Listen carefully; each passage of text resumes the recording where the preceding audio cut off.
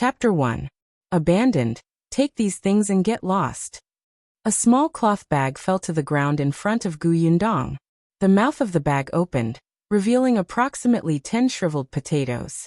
Gu Yundong leaned against a large rock behind her. Her face was sallow and her body was weak. She looked up and saw a woman's somewhat mean face. She finally understood her current situation. She had transmigrated from the zombie-infested apocalypse to Jin Kingdom and transmigrated into the body of a 13-year-old farm girl with the same name as her. She had a father, a mother, a younger sister, and a younger brother. In the 17th year of Hongqing, Yongning Prefecture had no crops because of a drought. The commoners were struggling to survive, and large groups of refugees began to migrate to the nearby prefectures to seek survival. As for her entire family, they were on the way to escape, and they had already left Yongning Prefecture for more than half a month. The person in front of her who threw the potatoes at her with a charitable expression was the original host's step-grandmother, Mrs. Zhao. Beside her stood more than 10 people from second uncle and third uncle's families.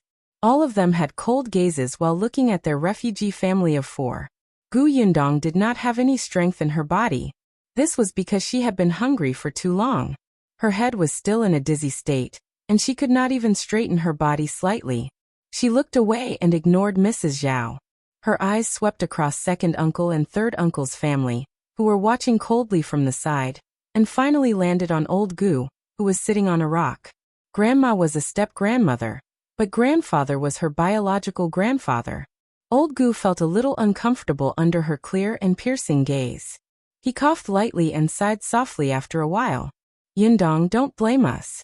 It's just that everyone is in trouble, and we don't have much food left. Your family doesn't have a strong laborer, and your mother is mentally disabled. She can't do anything except eat and sleep. The world is too chaotic. Everyone can't even take care of their own families. We really don't have the energy to take care of you. You can only pray for yourself. This bag of potatoes is enough for your mother, and the others to last for 2 days. You can think of a way yourself later. Whether you can survive or not is also the will of the heavens. Gu Yundong sneered secretly. She had lived in the apocalypse for 2 years, and had long seen the evilness of human nature. Old Gu had clearly done something evil, but he still found an excuse to push it to the heavens. Wasn't he afraid of being struck by lightning? Unfortunately, she didn't have the strength now. Otherwise, why would she let him talk nonsense here? She was disdainful, but a small figure beside her stubbornly wiped his eyes and said with a slight choked voice, "We do have strong labor. My father disappeared to lure away the bandits. He will come back." Gu Yundong knew that he was the original owner's younger brother, Gu Yinshu. He was only 5 years old this year, but he looked to be only 3 or 4 years old. The original host's father was called Gu Dajiang. 2 days ago, they encountered a group of bandits. Gu Dajiang and her second uncle, Gu Dai, used themselves as bait to divert the bandits' attention and give them a chance to escape. Later, Gu Dai returned, but Gu Dajiang was nowhere to be found. In everyone's eyes, Gu Dajiang was most likely killed by that group of bandits. The little Gu Yinshu refused to believe it. He felt that his father was still alive and would definitely come back. Old Gu did not want to say anything else. He just waved his hand and said, "All right, that's all. Take care of yourselves." As he spoke, he paused. In the end, he could not bear to part with his grandson. He asked Gu Yinshu, "I can still bring you along. Why don't you come with us?" Mrs. Zhao, who was at the side, was unhappy. "Why bring him? We don't even have enough food ourselves. His portion is gone. If you want to follow, find your own food and eat dirt." Before she could finish speaking, Gu Yinshu had already grabbed Gu Yundong's hand. The corners of his mouth were pursed tightly. "I'm going with my eldest sister." Gu Yundong subconsciously wanted to retract her hand. She was not used to physical contact with people, especially in the apocalypse. It was almost instinctive to guard against people approaching her. However, she did not have much strength now. This little kid seemed to be afraid that he would be separated from her, and held her fingers tightly. Because of this, Gu Yundong could clearly feel his small, thin and trembling hand. She pursed her lips and did not say anything in the end. Old Gu was provoked by Gu Yunshu's fearful attitude. He stood up angrily. Up to you. With that, he left with Mrs. Zhao and the others. Madame Yang, who was Gu Yundong's mother, had been standing at the side and was confused. She was carrying a basket with a 3-year-old girl in it. The girl was sleeping groggily, and such a huge commotion did not wake her up. Seeing that old Gu and the others had left, Madame Yang followed them helplessly. When she turned around and saw that Gu Yundong and Gu Yunshu were still in the same place, she hurriedly walked back and squatted beside her, asking in confusion, "Dong Dong? Let's go, let's go." Madame Yang wasn't very smart, but she knew people. She still didn't understand that the Gu family had abandoned her and her 3 daughters. She was just curious why the Gu family didn't wait for them. Gu Yundong was still recovering her strength. It was difficult for her to even speak now, and she had no patience to explain. On the other hand, Gu Yunshu comforted Madame Yang in a low voice. "Mother, eldest sister is tired. Let's leave later." Eldest sister had fainted previously. Because of this, Grandpa and the step-grandma finally had an excuse to leave their family. Gu Yunshu was worried. His father was not around, his eldest sister was sick, his mother was mentally disabled, and his younger sister was weak. He was now the only male in the family. Although he was only 5 years old, he had to take care of his family. Gu Yunshu tried his best to straighten his small body and looked at Gu Yundong, who had closed her eyes to rest. At this moment, Gu Yundong was actually happy. She had lived in the apocalypse for a year, and she had the mentality that every day she could survive was a good day. Although this place was also in a chaotic world, at least there were no zombies or mutated animals and plants here. After the disaster caused by the drought, her life would slowly improve. The future here was filled with hope. As for the original host's family, they had given her a chance to be reborn. As long as they did not cause trouble for her, Gu Yundong would treat it as repaying them and would not abandon them. Just as she was thinking about it, she suddenly heard hurried footsteps. She raised her head slightly and saw her second uncle, Gu Dai, who had returned. Chapter 2. Silver. Gu Yundong did not have a good impression of this second uncle at all. Back then, he and Gu Dajiang had lured the bandits away, but only he had returned. This made her think more about this and link Gu Dajiang's disappearance to him. Gu Dai ran to Gu Yundong's side and squatted down to tug at her sleeve without a word. "What are you doing?" Gu Yundong regained some strength and retracted her hand. "In any case, you're about to die soon. Don't waste the money your father left for you. I'll help you give it to your grandparents." Gu Dai picked up a stone beside him and threw it at her head. Gu Yundong only had time to curse before she fainted. "Eldest sister." Gu Yunshu screamed and pounced over to slap Gu Dai crazily. Madame Yang also reacted. She put down the basket on her back and came up to scratch him. Gu Dai took 2 steps back from the 2 of them. Finally, he grabbed Gu Yunshu impatiently and grabbed his neck with one hand. He shouted at Madame Yang, who was about to pounce on him and bite him, "Stop. If you come any closer, I'll strangle your son to death." Madame Yang suddenly stopped. She hesitated and did not dare to go forward. She looked at her son, and then at her unconscious daughter. Suddenly, she knelt down in front of Gu Dai. "Second uncle, please, I beg you. Put Ashu down. He hurts. He hurts." Gu Yunshu's face turned purple from the squeezing, and his eyes turned red. Tears welled up in his eyes and refused to fall. He ignored them and struggled frantically. "Mother, get up. Don't kneel. He's not human. He's a beast. He hit my sister, and is trying to force us to die. I won't let him off even if I become a ghost." Gu Dai did not care about what he scolded. Without Madame Yang in the way, he walked back to Gu Yundong's side and pulled off her sleeve. He knew that his eldest brother had secretly given this niece some silver to protect herself. He had also accidentally seen Gu Yundong sewing the silver into her sleeve. That was why he had come back to get it. In any case, in this world, their family would definitely not live for more than a few days. Instead of letting this silver be buried with them, it was better for him to take it. Gu Dai had no qualms about it. He rolled up his sleeves and saw a tail of silver. His big brother was really scheming. He actually hid so much money secretly. After receiving the silver, Gu Dai threw Gu Yunshu away. Madame Yang quickly went forward to catch him to prevent him head from hitting the stone. Ashu, mother is here. It doesn't hurt. Gu Yinshu almost couldn't breathe. After regaining his freedom, he finally began to pant heavily. Gu Dai stood up and glanced at them with a smug smile. Don't blame me. It was your grandparents who decided to chase you away. I'm a junior, so I can only listen to them. After saying that, he snorted and strode in the direction of old Gu and the others.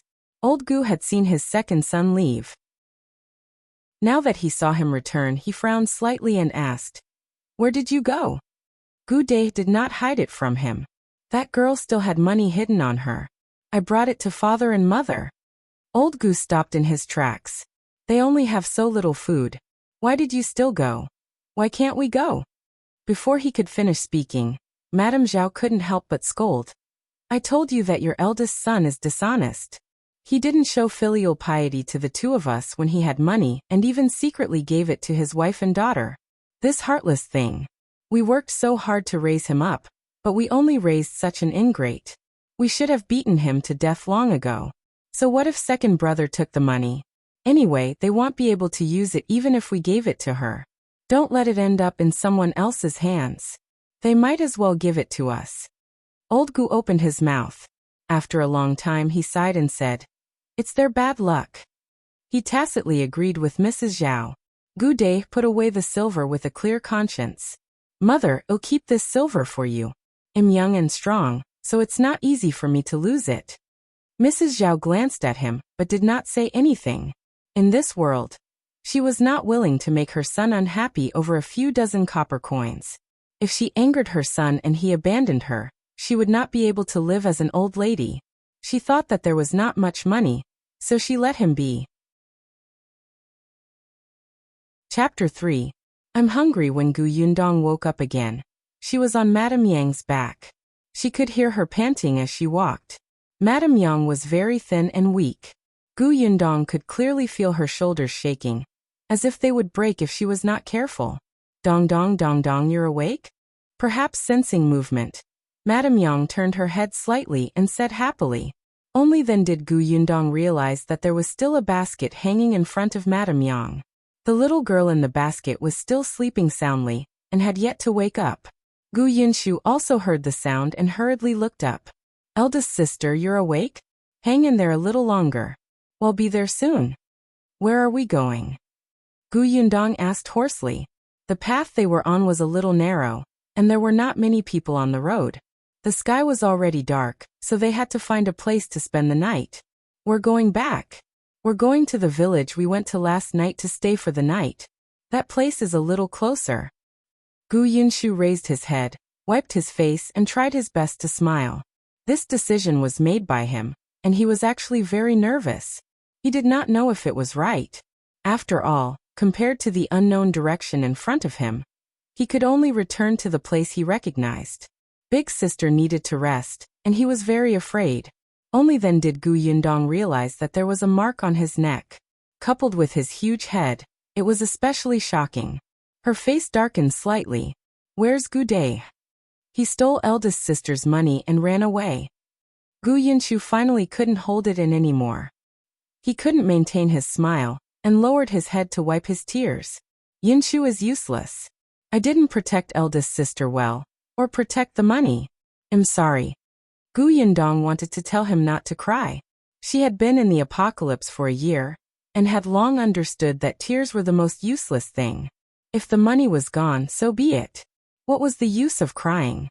When there was a chance later, she would make him pay back 10 times or 100 times. What was the big deal? However, she quickly reacted. This was not the apocalypse, and Gu Yinshu was not a stranger. He was her younger brother. However, she did not know how to comfort others. Fortunately, Madame Yang's voice quickly sounded in her ears. Ashu, don't cry. It's your second uncle who's bad. Well, ignore him in the future. Mother dotes on you. Gu Yinshu was comforted. He sniffled hard. I won't cry. I'm the only man here. Don't cry. As he spoke, he hugged the bag of potatoes in his arms and puffed out his small chest. Gu Yundong was speechless. Fortunately, they arrived at the village quickly. The village was quiet and almost empty. Everyone was either dead or fleeing, looking for a place to survive. Gu Yunshu originally wanted to go to the house they had gone to yesterday, but he was stopped by Gu Yundong. In the end, they chose a house a little away from the center of the village. The place was not big, but it was remote and quiet. There were only 2 families beside it. When they entered the house, Madame Yang carefully put Gu Yundong down. Gu Yundong's strength had slowly recovered, but she was still a little dizzy from the blow to her head. Gu Yunshu carefully placed the potatoes in front of her and looked up. Eldest sister, rest first. Oh, go find some firewood. He was very sensible. When he spoke to Gu Yundong, he tried his best to smile so that she would not worry. With that, he turned around and went to look for the woodshed. Gu Yundong looked at his back view and was worried that his head would snap at any moment. After a while, he came in with 2 thin bundles of firewood and called out to Madame Yang. Mother, help me close the window. Okay. Madame Yang was feeding Gu Yunka water from a bamboo jar. The little girl swallowed unconsciously and finally reacted. After the windows and door was closed, Gu Yunshu began to roast potatoes. Gu Yundong watched as he took out 2 small potatoes from the cloth bag. He skewered them while treating them very preciously and placed them on the firewood to rotate. When it was about time, he handed one to her. As for the other one, he carefully peeled off the skin and delivered it to Gu Yunk's mouth. Then he extinguished the fire. Gu Yundong looked at the small potatoes in her hand, and then at Gu Yunshu and Madame Yang, who clearly did not intend to eat them. What about yours? Elder sister, eat. I'm not hungry. Although he said that, his eyes could not help but drift to the potatoes. Then he immediately lowered his head. Madame Yang was much more direct. She swallowed hard. I'm hungry. Chapter 4. Spatial pocket. Gu Yunshu's small face flushed red. He tugged at it with his small hands and comforted Madame Yang softly. Mother, we don't have much food left. Let's not eat today, okay? I'll go out and see if there's anything else. There were only about 10 small potatoes, so they definitely had to take care of the injured elder sister and the starving younger sister first. Gu Yunshu was a little sad, and there was even despair in his eyes. If they could not find food later, they might really starve to death. They still had a long way to go. Madame Yang was mentally disabled, but she could listen. She licked her lips and stared at the potatoes, but she still nodded. Then I won't eat it. Gu Yundong was speechless. It would be strange if she could still eat like this. Moreover, she had not planned to eat it in the first place. The potatoes had already germinated. If she ate them, she would be poisoned. Gu Yundong reached out and took the potato from Gu Yunk's hand as well. I won't eat this for now. I'll go outside to find something else. She had already recovered her strength. Although her body was still weak, she was no longer unable to walk like before. Gu Yundong slowly stood up. Gu Yunshu was stunned and quickly stood up as well. He reached out to block her. No, eldest sister, your health isn't good. I can do it. I'll go find her. No need. You stay. Gu Yundong walked around him. Big sister, stay. Gu Yundong's voice deepened. She actually did not have much patience, especially now that her stomach was empty, so she was a little irritable. Gu Yunshu was stunned. He had never seen his big sister like this. Her eyes were a little cold and stubborn. He could not help but put down his hand and nod obediently. He watched her leave in a daze. After leaving, Gu Yundong let out a sigh of relief. She was an orphan in her previous life and had been unlucky since she was young. Among the people she met, be it the director of the orphanage or the teachers of the school, their attitudes towards her were average or even bad. Hence, she was at a loss when she suddenly had a few family members who were concerned about her. Now, she was a little glad that she had separated from the Gu family. Other than her younger brother, younger sister, and the mentally disabled Madame Yang, there was no one else around her. No one suspected that the host had actually changed to her. Gu Yundong slowly walked to the corner of the house and looked around. It was quiet and there was no movement. Then, she closed her eyes slightly and stopped breathing. In the next moment, a small bag of rice suddenly appeared in her hand. She smiled, and her eyes lit up slightly. Sure enough, her spatial storage followed her. The supplies in her storage also followed her. She had unintentionally obtained this spatial storage space when the apocalypse first arrived. It was about the size of an acre, and time was still inside. What was placed inside was the same as when she took it out. When she first obtained this space, Gu Yundong began to collect resources. After all, no one knew when the apocalypse would end. If she wanted to survive, she had to have something to rely on. She had a lot of things in her spatial storage now. She did not lack rice, flour, or mineral water. With these things, what was there to be afraid of on the way to escape from the drought? Previously, when Gu Dai hit her head with a stone, she almost reflexively wanted to go to the spatial storage to take out her dagger to counterattack. At that time, she realized that her storage space was still there. However, she had paused for a moment because of this. In just a short while, she was knocked out by Gu Dai. She would definitely take revenge when she had the chance. Gu Yundong took out water and alcohol from her spatial storage and disinfected the wound on her head. Fortunately, Gu Dai was not very strong. The main reason why she fainted was because she was hungry, and her injuries were not serious. Then, she squatted down and took out the small cloth bag she had brought out just now. She quietly poured the rice in. After some thought, she took out 2 packets of pickled vegetables and put them in bamboo tubes. Only then did she heave a sigh of relief and walk back into the house. Chapter 5. White rice. As soon as she entered the courtyard, Gu Yundong heard a puzzled voice coming from the room. Mother, eldest sister seems to be different from before. In the past, eldest sister always cried, and was especially afraid of pain. Now she seems to have become so manly in an instant. Gu Yundong was speechless. Did he not know how to speak? What did he mean by being so manly? However, her personality was indeed very different from Gu Yundong's in the past. She had to think of a reasonable excuse to explain. However, before she could think of anything, Gu Yunshi's voice sounded again. It must be because Grandpa and Grandma chased us away and agitated eldest sister. Father is not around, so she feels that she has to protect and take care of us.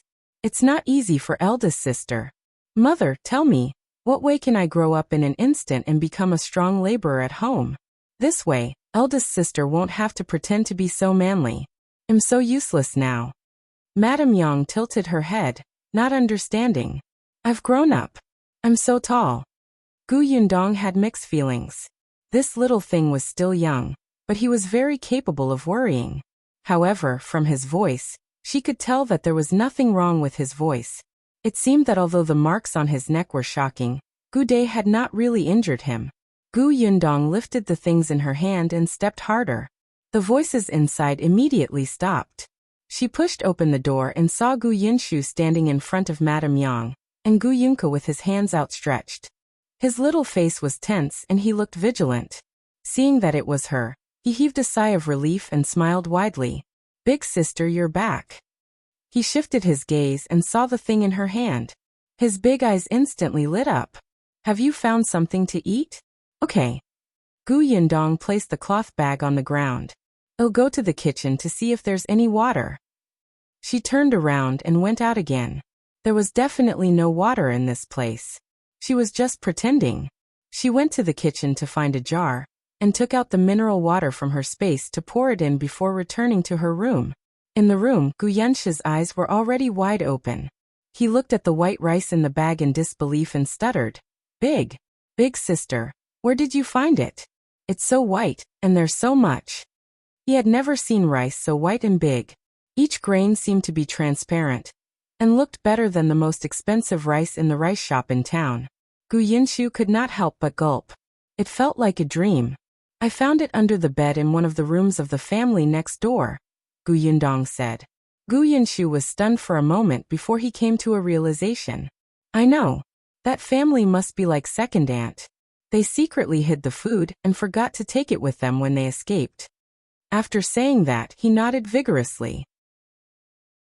Previously, when she was about to leave the village, second aunt secretly took out 2 large packets of sweet potato jerky from under the bed, and prepared to secretly take them away. She had secretly concealed them in her room all these years. She did not expect Grandma to see them and scold second aunt at home for being an ingrate. The entire Gu family knew about this. Now that he heard that these white rice were found under the bed, Gu Yunshu immediately found a reasonable explanation. Gu Yundong felt that there was no need for her to think of an excuse. He could always find an excuse for her. Hence she nodded. Probably. As she spoke, she turned around and closed the door, rekindling the fire from before. After adding water to the earthen jar, Gu Yundong planned to cook some porridge to drink. The entire family was very hungry and their stomachs were empty. They could only eat soft and tender food. Gu Yunshu's heart ached immediately when she poured out a large handful of rice. Elder sister, don't eat too much. I'm actually not very hungry. I can eat less. Don't you want to grow up quickly? How can you grow up if you don't eat more? Gu Yunshu was stunned and immediately conflicted. He wanted to grow up quickly, but they did not have much food. If they ate too much now, what would happen in the future? He was in a dilemma, but Gu Yundong had already quickly cooked the porridge. Chapter 6. Subtle movement. Gu Yundong only heaved a sigh of satisfaction when she ate the warm porridge. Her body was too poor. Although she did not eat well in the apocalypse, she had a spatial storage long ago and collected a lot of supplies. Even if she was not as free to eat as in the apocalypse, she was much better off than most people. It was not a problem for her to eat until she was 70% full. However, here, even before fleeing the drought, the porridge they ate was only enough to fill their stomachs. There were not many rice grains at all.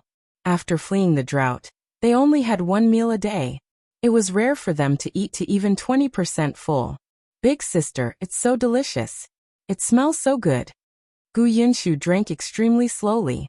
He had never eaten such delicious porridge. It was sweet and fragrant. It was simply a delicacy in this world. His expression was too intoxicated. His little mouth was pouting, and he could not bear to swallow it. Madame Yang eagerly took 2 sips before carefully feeding Gu Yunka. The little girl did not have much strength. Now that she had eaten the porridge, her eyes lit up and the corners of her eyes curved. She immediately became energetic. It's delicious. At that moment, Gu Yundong felt inexplicably satisfied. This feeling was very unfamiliar. She could not help but cover her chest. It was rare for the family of 4 to have a sumptuous dinner. All of them felt extremely happy. They held their stomachs and lay on the ground, not wanting to move. Gu Yundong's stomach was no longer burning, and she had strength now. She finally had the strength to think about the rest of the journey. They did not lack food now. She had enough food in her spatial storage to support them until they reached the relatively rich prefecture capital. However, without transportation, they would definitely walk very slowly. The others' matters were fine, but what she was most worried about was that they would encounter bandits and starving desperate refugees. This was the greatest danger along the way. In particular, her family did not even have an adult man. In the eyes of others, they were easy to bully and could easily become the target of those with ulterior motives. It seemed that they could not take the main road anymore. At least, they could not walk to places with many people. When they left home, Gu Dajiang had told her about the routes and directions of the nearby prefecture cities. She more or less knew them. Speaking of Gu Dajiang, she did not know if he was dead or alive or where he was. Gu Yunshu was also thinking about his father, especially after eating a good meal. He couldn't help but wipe his eyes with his small hand. He raised his head and tried his best not to cry. Gu Yundong turned around and saw that his head looked like it was about to break. She was a little frightened. She quickly coughed lightly and said, "It's getting late. Rest early." She got the 3 of them to lie on the bed, and took out the thin blanket from the basket to cover them. They had brought it from home. Madame Yang had always kept it in the basket on her body. Other than the young lady, Gu Yunka, there was also a thin blanket, 2 sets of clothes, and a bamboo tube filled with water. There was nothing else in the basket. Gu Yunshu lay down and realized that his eldest sister had not come over. He quickly sat up again. "Eldest sister, aren't you going to sleep? I slept a lot during the day. I can't sleep now. Go to sleep." "Oh." Gu Yunshu nodded and lay down in peace. After eating and drinking their fill, they slept especially quickly. Before long, the 3 of them's breathing stabilized. Gu Yundong sat down at the side. She had no intention of sleeping at all. In the apocalypse, as long as one stayed outside at night, one had to keep watch. Otherwise, she would not know when she would encounter danger. She had already developed a habit, and it was the same here. Fortunately, she was awake this night. Madame Yang and the others had only slept for an hour when she heard a subtle movement outside. Chapter 7.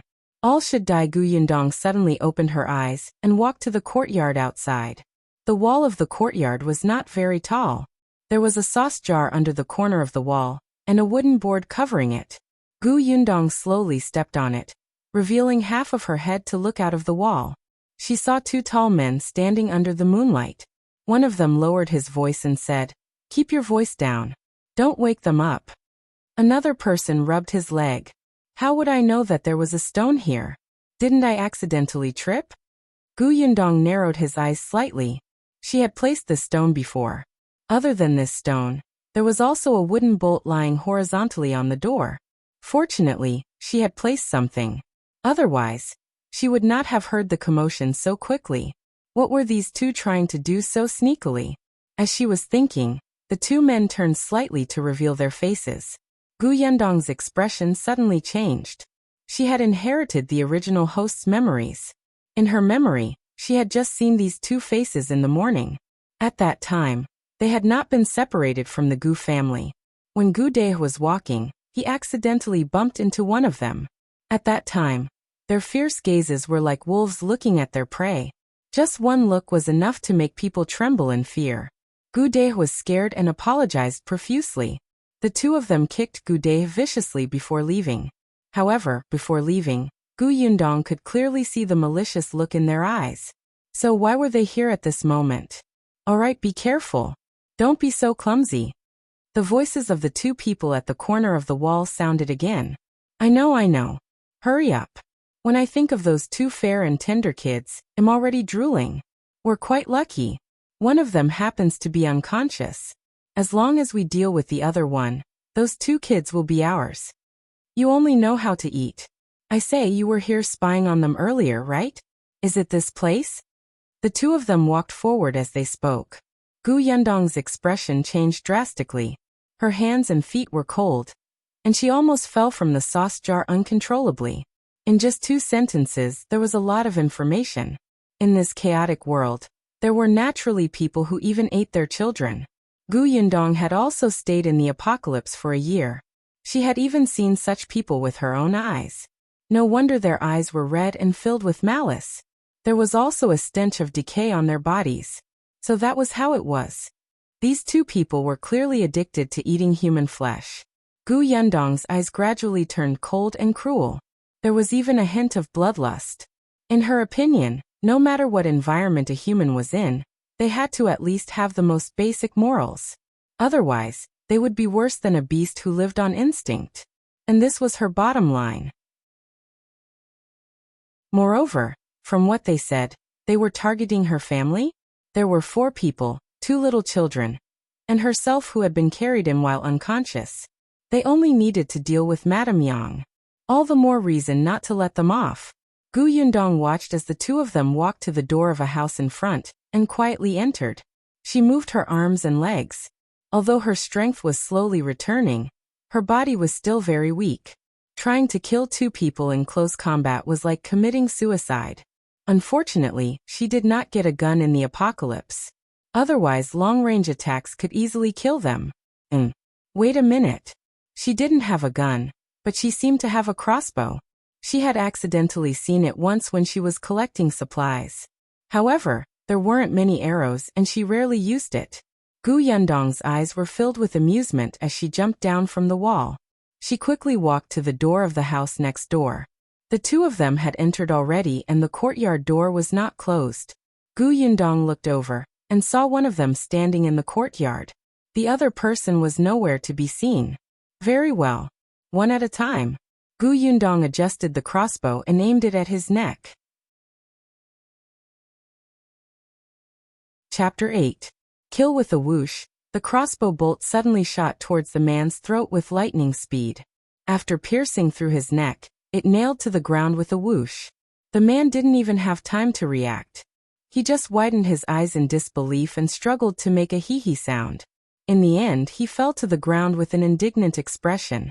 Gu Yundong heaved a sigh of relief and carefully walked in with the crossbow. She had only taken 2 steps when she heard staggering footsteps coming from inside the house.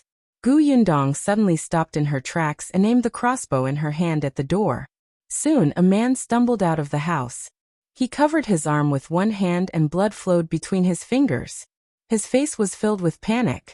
When he walked to the courtyard, he wanted to call his companion, but when he turned around, he saw that his companion had already fallen to the ground and died with remaining grievances. Gu Yundong was surprised. She readied the crossbow in her hand.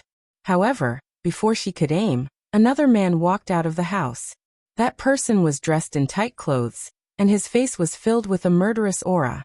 He held a sword in his hand, and blood was dripping from the tip of the sword. He immediately saw Gu Yundong standing there. He turned around and saw the man lying on the ground. He understood and nodded at her. "Thank you." Gu Yundong was speechless. So there was someone in the house? And from the looks of it, he was a very skilled martial artist. The man had already turned around and looked at the thief who had broken into his courtyard and tried to commit murder. The latter knelt on the ground in despair. "Please spare me, hero. I was blinded and didn't recognize you. I deserve to die. I'm a bastard. Let me go. I'm really hungry. I have no choice in this world." "Ah!" Before he could finish speaking, the man suddenly raised the sword in his hand and pierced his neck. That person only let out a short scream before falling to the ground without a sound. The 2 men worse than beasts were already dead. But Gu Yundong did not dare to relax. She stood face to face with the man and began to measure and assess the current situation. At this moment, another figure ran out of the house. It was a small boy that looked to be no more than 5 or 6 years old. "Uncle Gao, brother Bai is awake. Go in quickly." A soft and tender voice sounded. As soon as the little figure ran out, he hugged the man's thigh and raised his head to speak. Gao Feng immediately covered his eyes to prevent him from looking at the dead bodies of the 2 people on the ground. His cold and silent expression instantly changed, and his voice was as gentle as if he had become a different person. "Uncle Gao knows. Go in first and don't let your younger sister come out. Tell your brother Bai that I still have something to deal with. I'll be done soon." "Okay." The little boy nodded obediently. Gao Feng turned him around, and he ran back. He did not even look at Gu Yundong standing in the courtyard. Gu Yundong's expression was as if she had been struck by lightning. She had made a mistake. The target of these 2 scumbags was not her family of 4, but the 4 people in this courtyard who also had 2 children. That's right, the 2 of them had mentioned fair and tender children previously. Her own younger brother and sister were skinny to the point of showing noticeable bones, and could not be described as fair and tender. Gu Yundong quickly found his position. She put away the crossbow and said to Gao Feng with a serious expression, "There's no need to thank me. I just happened to hear what they said and knew that these 2 people were not good people. They were crazy enough to want to eat 2 little children. Anyone with a conscience would not sit back and do nothing. That's why I followed behind them and thought of helping you as much as I could." Chapter 9. Search for Silver. Gao Feng nodded slightly. It was unknown if he believed her, but he took a few more glances at the crossbow in her hand. Seeing that she hid it behind her, he tactfully retracted his gaze and said, "Miss, you're so considerate. These 2 really deserve to die. Since these 2 people are already dead, shall we split the things on them equally?" Gu Yundong did not mind taking things from the dead at all, especially in this world. However, Gao Feng was very disdainful. "I don't need it. Miss, just take it." Gu Yundong was just asking him out of courtesy. It was obvious that this Gao guy did not lack money. As soon as he agreed, Gu Yundong squatted down and rummaged through the 2 dead men's money bags. Gao Feng turned around and returned to the house. Gu Yundong only paused for a moment before continuing to rummage through the clothes as if nothing had happened. The 2 of them really had a lot of things on them. 5 taels of silver, a jade pendant, 2 daggers, 3 small bags of sleeping pills, and other tools for committing crimes. Gu Yundong only took the silver and the jade pendant, but did not take the dagger. After thinking for a while, she brought the bags of sleeping pills with her. After plundering, She was about to leave when Gao Feng came out again with a cloth bag in his hand. "Thank you for your help today, Mississippi. There are some steamed buns and pancakes here. Please accept them." Gu Yundong was stunned and looked at him in surprise. Then as she took it she said, "I do feel so awkward taking them. Actually, even if I didn't come, Big Brother's skills would be more than enough to deal with them." The corners of Gao Feng's mouth twitched. "If you weren't so agile in taking these things, these words would be more convincing. Help me close the courtyard door when you go out." "All right." Gu Yundong took the things and turned to leave. She did not ask how the other party would deal with the two corpses, nor did she ask for their names. They had just met by chance on the way to escape, and they would not have the chance to meet again in the future. Gu Yundong returned to her courtyard. The steamed buns and pancakes in her hand were already cold. She could eat them tomorrow if they were heated up again. She could add more food for everyone. The three people on were still sleeping in front of the fireplace, but they were curled up into a ball together. Gu Yundong frowned. It was now the time when the temperature difference between day and night was huge. It was very hot in the day, but at night, the temperature suddenly dropped by more than 10 degrees. They only had a thin blanket, so short that it could not even cover Madame Yang's feet. Even if they pressed all their clothes on top, it was still very cold. It was no wonder that they were shivering in their sleep. She subconsciously wanted to take out the blanket from her spatial storage, but on second thought, there was someone next door. It was better to be careful. Therefore, she simply took firewood and lit it at the side. Although the home's original family no longer had any food, there was a lot of dry firewood piled by the wall of the courtyard, which was convenient for her. As soon as the fire started, the temperature in the room instantly rose. Only then did the three of them, who had been curled up in a ball together by the fireplace, feel a little more comfortable. Their brows relaxed, and they slept especially peacefully. Gu Yundong sat at the side, but her ears were perked up. She did not expect to hear movement outside the door after only an hour. She stood up with a swish and walked out of the house. She stood again on the sauce jar and looked outside. She saw a carriage coming from the door. Gao Feng, who was in the courtyard next door, was carrying a young man into the carriage. Sensing her gaze, Gao Feng raised his head and nodded at her. "We made noise and bothered you. Are you guys leaving?" "Yes." After Gao Feng finished speaking, he also crawled into the carriage. With a shake of the reins, the carriage rumbled further and further away under the moonlight. Gu Yundong only came down from the sauce jar when she could not even see his shadow. She entered the house and sat for another 15 minutes before walking to the fireplace and carrying out the little girl sleeping in the middle, Gu Yunka. Chapter 10. The milk is delicious. The little girl's bones were soft, as if they would break if she exerted a little force. Gu Yundong did not dare to use too much strength. She hugged her exceptionally carefully. Little sister, wake up." She carried her a little further away from the fireplace before gently shaking her to wake her up. The little girl opened her eyes and looked at her in confusion. "Big sister. Come, open your mouth and drink this." Oh. Guyunka did not even ask anything. She did not even see what was handed to her. She trusted her and obediently opened her small mouth and drank it. After taking a few sips, she suddenly froze. "It's sweet. Drink more if you like." Gu Yundong was holding milk from her spatial storage. She had placed it on the fire to warm it up before feeding it to Gu Yunka. The little girl was too thin and weak. She was clearly 3 years old, but currently, she could not even walk steadily. Most of her day was spent sleeping. Gu Yunka was different from Gu Yinshu. No matter what, the latter was a boy and still held a slight position in old Gus' heart.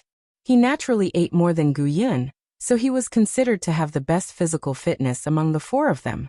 Gu Yundong had no experience in taking care of young children, but there was milk in the spatial storage. This was the most suitable thing to nourish her at the moment. After drinking more than half a bowl of milk, Gu Yun could not help but burp. "It's delicious." Gu Yundong put down the bowl. When she saw her narrowing her eyes and looking like she was enjoying herself, she could not help but soften. Her tone became much gentler. "Go back to sleep." Gu Yundong placed the little fellow in the middle and tucked her in. Then she sat back by the fire. The little girl was not fully awake to begin with. In just a moment, she fell asleep again. The entire house was silent. Gu Yundong could not help but look up at the wooden beam above her head. She suddenly enjoyed this environment. It was really quiet. She no longer heard the zombies' cries, nor did she need to be tense at all times and need to fight for her life. She even had family by her side. This was something she did not even dare to think about in her previous life. It felt like a dream. Dong dong. Madame Yang suddenly woke up. You're awake?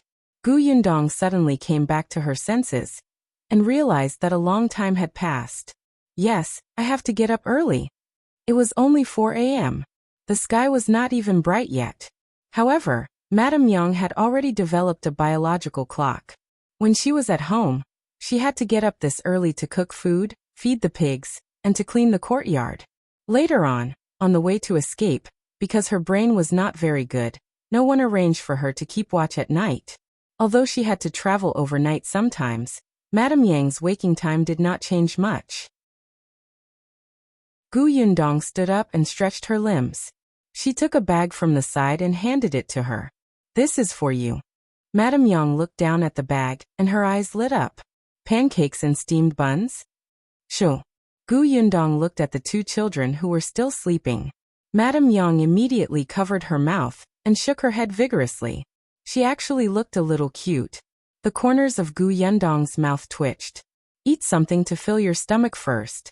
Put the rest over the fire and roast it. When they wake up, give it to them. I'm going to sleep for a while. If there's any sound outside or if someone comes, remember to wake me up, understand? Madame Yang was already awake, so she could let her be the guard. She had to take the opportunity to sleep for a few hours, or her body would not be able to take it. I do. Madame Yang agreed seriously. Only then did Gu Yundong lie down and sleep. After an unknown period of time, she woke up from the heat. Just as she narrowed her eyes, she heard Gu Yung's tender voice. It's true. I drank it last night. It was sweet and delicious. Chapter 11. Arriving at Qingan Prefecture as she spoke, Gu Yunka licked her lips as if she was reminiscing. Then she swallowed her saliva. Gu Yundong did not expect her to remember. At that time, Gu Yunka was in a sleepy daze and Gu Yundong thought that she did not have much of an impression. She had to think of an excuse to fool the little girl. However, before she could speak, the little girl said obediently, Brother, then what delicious food did you dream of last night? I didn't dream of anything. Little sister, when you dream of that sweet sugar water again tonight, can you share it with me? I want to go to your dream too. Gu Yunshu looked serious as he held her small hand and begged sincerely. Gu Yunka nodded hurriedly. All right, let's drink together. Madame Yang wiped her saliva. I want to drink it too. Yes, bring mother and eldest sister. Drink it all. It's really delicious. The little girl's eyes were curved into crescents. Perhaps it was because she had eaten better these 2 meals, but she was much more energetic than yesterday. It would be even better if I dreamed of meat. Gu Yundong. You really dare to think about it. She rubbed her temples and sat up. Gu Yunshu, who had heard the commotion, immediately walked over. Big sister, you're awake? What time is it? 9 a.m. Gu Yundong was a little surprised. It was actually past 9 o'clock. No wonder she felt hot under the thin blanket. Sister, why do we have pancakes and steamed buns? He had just eaten one. It smelled so good. The people next door gave it to me last night. I helped them a little, and it was to thank us. Gu Yundong wiped his face and told them to pack up. It was time for them to leave. It was a little hot at this time, but there was nothing she could do. She was worried about no one keeping watch at night, so she could only keep guard herself. She would sleep when Madame Yang woke up, so they had less time to travel. Gu Yundong found another small basket in the courtyard and carried it on her back. She placed the bag of rice, steamed buns, and pancakes inside, and even covered them with a blanket. In fact, she placed them in her spatial storage and would secretly took them out when she needed to. This way, the burden on Madame Yang would be less. She still carried Gu Yunka on her back in the basket. In fact, according to Gu Yundong's knowledge, Gu Yunshu was young and his bones had not grown well, and he was not suitable to walk for a long time.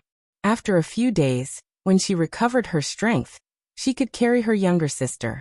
Her younger brother could be carried by Madame Yang for a while. The family of four set off again.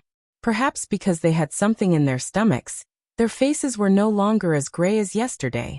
Especially Gu Yunshu. The despair that seemed to be about to make him collapse yesterday could no longer be found. They walked very slowly and rested most of the time. They were not afraid with food in their hands. Gu Yundong focused on finding places with few people. It was too easy for the four of them to be targeted. But even so, the people they met looked at them with greed. Gu Yundong held a dagger in her hand. The dagger was deliberately smeared with blood. Whoever dared to approach her, she would smile bloodthirstily and ferociously at that person, scaring many tall and burly people into fleeing. There were also some who were not afraid of death. Gu Yundong did not show any mercy. After walking for a few days, they were safe and did not get robbed. Sometimes, they would stay in the wilderness. At times like this, Gu Yundong would be exceptionally cautious. After a few times, Gu Yunshu realized that his eldest sister kept watch every night, and did not dare to sleep. His heart ached and he felt terrible, so he insisted on switching places with her. Gu Yundong rejected him firmly and coldly. She was worried about letting such a young child guard the night. A child's sleepiness was not something he could control by himself. He would fall asleep quickly if he got sleepy. She would rather set off later and travel slower than take this risk. She only had one life. After traveling slowly for another month, they finally arrived at Qingan Prefecture. Chapter 12. Father Gu Dajiang. After arriving at Qingan Prefecture, they could finally rest. Gu Yundong looked up at the tall city gate and wiped her messy hair. She looked extremely disheveled now. Her hair was disheveled and her face was sloppy. If one did not look carefully, they would not be able to tell if she was a man or a woman. However, it was also because of this that she could hide her completely different healthy expression from others who were all pale and skinny from starvation. Eldest sister, will father be inside? Gu Yunshu stood beside her and held her hand as he asked softly. Gu Yundong was getting more and more used to their touch. She did not feel like his soft little hand would break like before. At this moment she looked at the city wall calmly and said, "Maybe.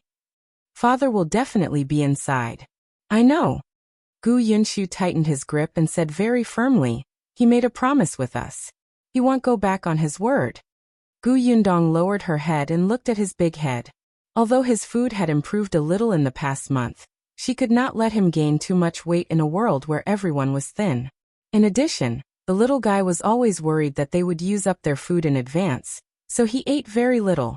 He looked like he still had a big head and a small body. Seeing his tightly pursed lips, Gu Yundong could not bear to dampen his spirits. Speaking of which, her father, Gu Dajiang, was really a very far-sighted person.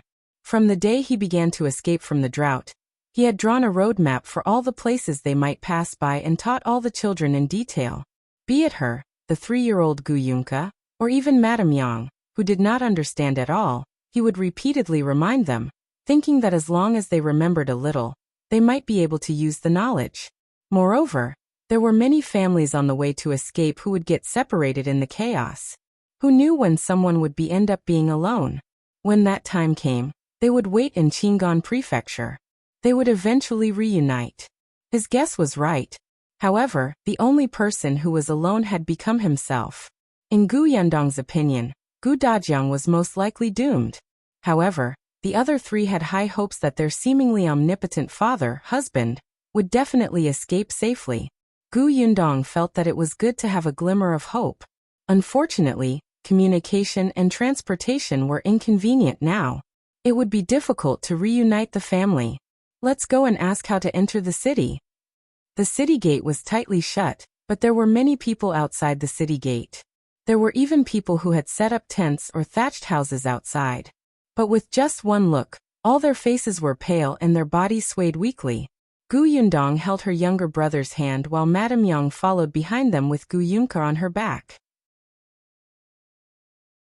The four of them took a few steps forward, and finally stopped in front of an old man who looked a little old and kind.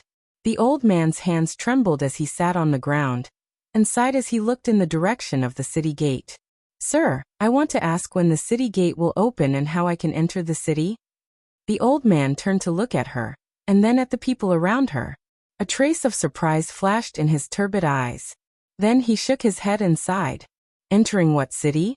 No one is allowed to enter the city at all. The good people in the city came out to give porridge a few days ago. Yesterday they stopped. The city gate has never opened again. You want to enter the city?" He waved his hand. "Don't think about it, don't think about it." Gu Yundong frowned slightly. "Thank you." She straightened up and looked at the dense crowd. She also felt that there was not much hope of entering the city. Eldest sister, eldest sister. Gu Yunshu, who was beside her, suddenly tugged at her sleeve and pointed in one direction. "Look who that is." Chapter 13. Drawing her knife, Gu Yundong looked in the direction he was pointing and saw a few familiar people.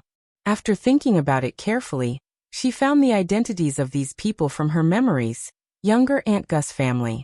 Old Gu had 4 sons and 2 daughters. Among them, her father, Gu Dajiang, and older Aunt Gu were born to the original wife.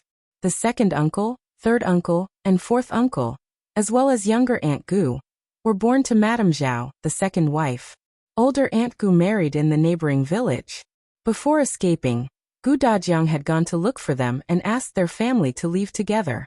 However, older Aunt Gu could not let go of her eldest daughter, who was already married, and planned to be with her eldest daughter and son-in-law. Younger Aunt Gu had married into town and her husband's family was quite well off. She even had a small shop in town to support her livelihood, and her family had a donkey cart. With such conditions, she was naturally even more unwilling to be with her maternal family, who only relied on their legs to walk. What if they had to use her donkey cart along the way? What if they had no food and had to eat her family's food? Wouldn't she suffer a huge loss then? As for fourth Uncle Gu, he was only 18 years old this year, and was not married yet. Moreover, when he was born, because he was too big and Mrs. Zhao was old, she had a difficult labor and almost miscarried. Moreover, she already had 2 biological sons before him, so he was not favored by Mrs. Zhao. On the other hand, Father Gu and older Aunt Gu, who had already grown up, had always taken care of him. Therefore, fourth Uncle Gu actually had a better relationship with Father Gu and the others. When Father Gu went missing on the way to escape, fourth Uncle Gu took on the responsibility of taking care of their family. Because of this, Madame Zhao disliked him even more. In order to prevent him from ruining things, Madame Zhao and the others deliberately sent fourth Uncle Gu away, and took the opportunity to chase her family away. Therefore, only second uncle and third uncle were present at that time. She did not know what would happen when fourth Uncle Gu returned. However, Gu Yundong could not care too much. She still had to take care of Madame Yang and her brother and sister, so she could not spare too much energy to think about anything else. However, she did not expect to meet younger Aunt Gu at the city gate. The entire Gu family did not see her. Younger Aunt Gu's maiden name was Gu Chuyue. She probably felt too intense of a gaze and turned around and saw them. With just one look, she frowned. Then, she rolled her eyes and looked around them. Perhaps because she did not see old Gu and the others, she quickly turned her head away and pretended not to know them. Gu Yundong scoffed. She did not want to acknowledge her either. It was better to think about how to enter the city. However, she wanted to live in peace without knowing each other, but the other party did not want to do as she wished. Soon, a child walked over and stood in front of them. She raised his head slightly and said arrogantly, "My mother told you to leave quickly and not embarrass yourselves here. With your wretched appearance, it's impossible for you to be let into the city." This little girl was Gu Qia's daughter. She was 7 years old this year. Because she lived in town, she had a sense of superiority since she was young, especially in front of Gu Yundong's family. Every time she went to the Gu family, she looked at them with disdain. She rolled her eyes and finally looked at Gu Yundong. "But if you beg me, I can consider bringing you along. But you have to follow behind me as my maid and serve me tea and water. From now on, you have to serve me well. This way, I can give you half a course steamed bun every day." It was obvious that she had added the last sentence herself. She had long wanted a maidservant to follow her. On the way, she had encountered people selling their children. Their words sounded very nice. They said that they could be beaten and scolded as you pleased as long as you gave them water to drink. However, her parents said that it was not worth it to buy servants now. On the way, they would have to take care of other people's food and drinks. They would buy a servant for her when they reached the city. Weren't they about to enter the city? There was already a perfect servant waiting for her here. Gu Yundong looked at her smug expression and silently took out the knife in her sleeve.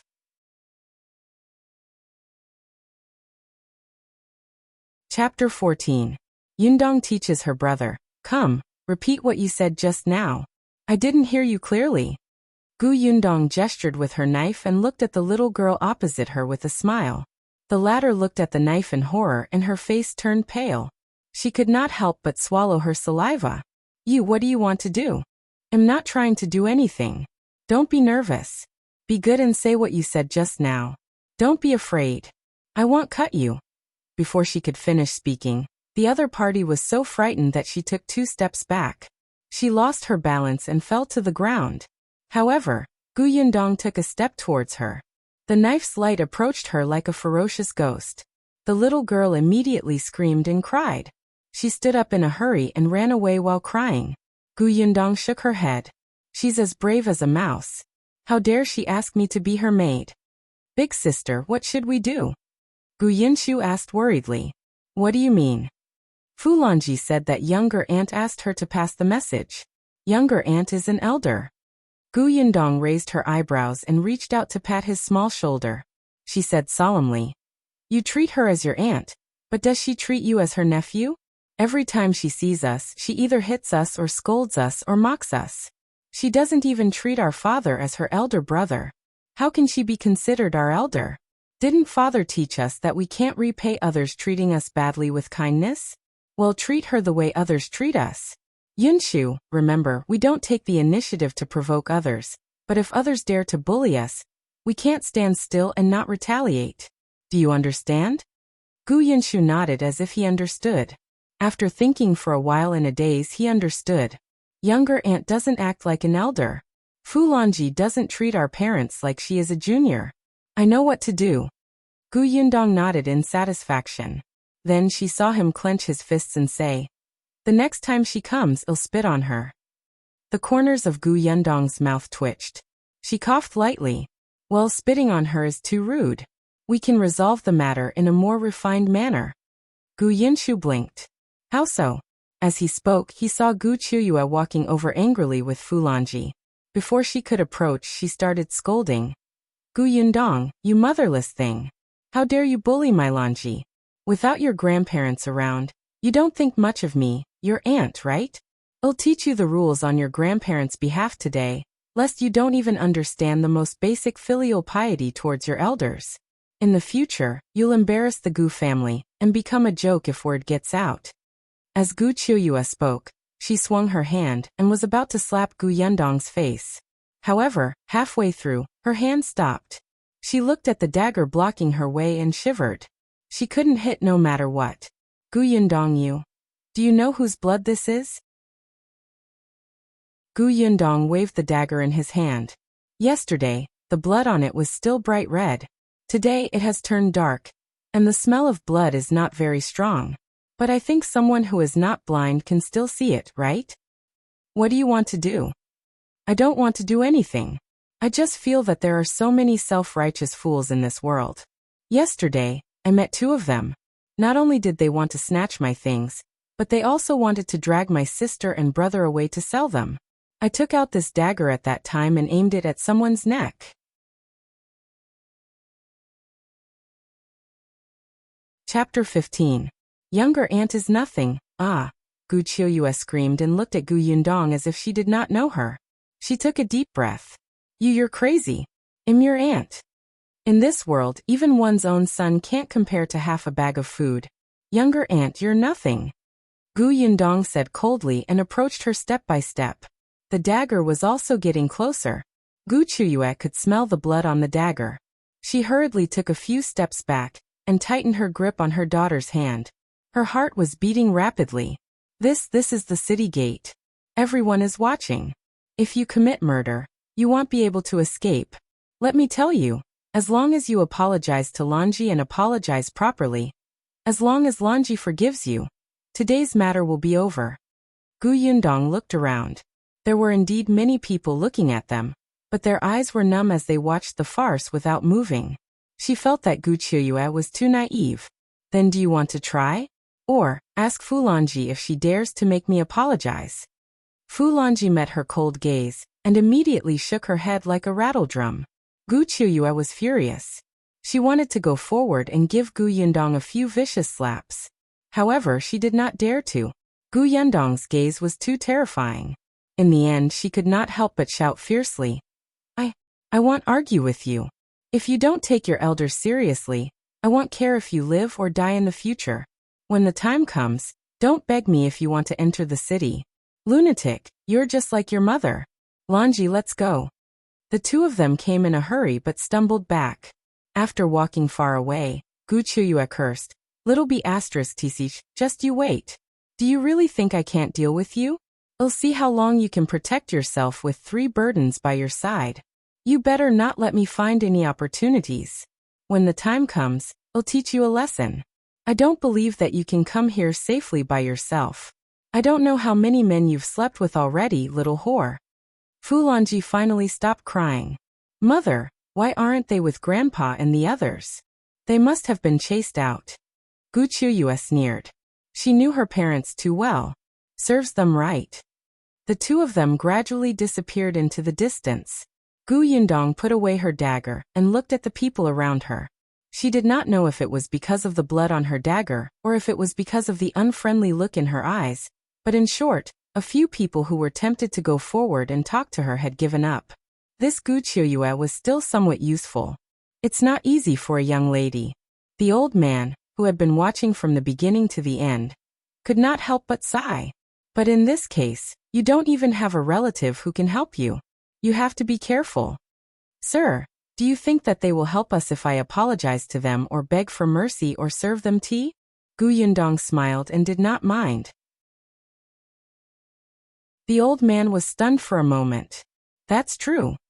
After scaring younger Aunt Gu and her daughter away, Gu Yundong could finally calm down and begin to observe the large number of refugees outside the city gate. There were too many people, and the road was packed. They walked slowly and were already standing at the periphery. However, there were still many refugees coming this way on the road behind them. Gu Yundong glanced around and frowned when she saw people gathered in 2s and 3s not far away. Something was wrong. Something was very wrong.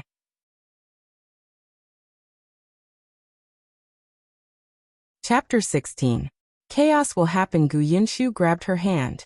Eldest sister, has father already entered the city? I'm not too sure. I'll ask around first.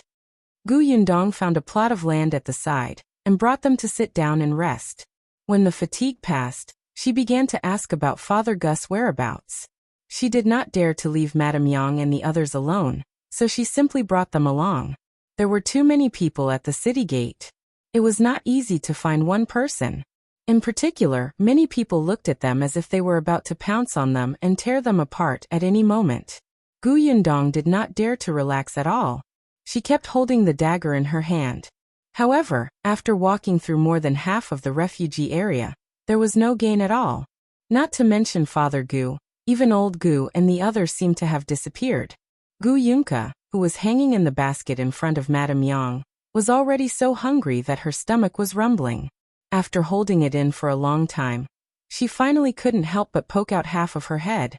Big sister, I'm hungry. Before Gu Yundong could speak, Gu Yinshu had already comforted her. Little sister, we don't have anything to eat, so we have to find father quickly. Perhaps he has something to eat. Really? Gu Yunka swallowed, and her eyes lit up slightly. Gu Yinshu nodded heavily. Yes, so can you bear with it? Their conversation was neither loud nor soft, and the people nearby could hear it. Gu Yundong raised her eyebrows in surprise. She patted her brother's head and said in a low voice, Great job. Of course there was still food, but there were so many pairs of eyes watching. If they took it out, it would be snatched away. She was also very surprised that the little guy would answer like this. Gu Yunshu was still a little nervous. He was afraid that he would say something wrong, and he even lied to his sister. However, he did not expect his eldest sister to praise him. He immediately straightened his chest excitedly. I understand.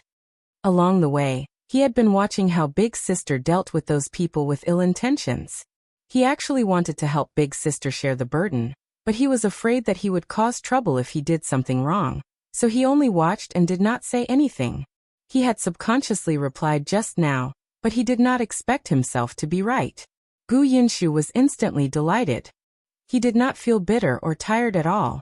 Next, when Gun Yundong asked about Father Gus' whereabouts, occasionally he would interject with a few questions. Unfortunately, even when it was almost dark, he did not find any useful clues. It was obvious that Father Gu was either in the city or he hadn't arrived yet. The worst outcome would be that he was already dead. Gu Yunshu's happy expression disappeared, and his mood became gloomy. Beside him, Gu Yundong's expression was also much more solemn. As expected, something was wrong. After walking around, she realized that many young and strong men were gathered in twos and threes. Their eyes were shining with a certain determined madness. This phenomenon was very dangerous. The family of four walked back to the resting area. The old man from before asked with concern, "Is there any news?" "Not yet."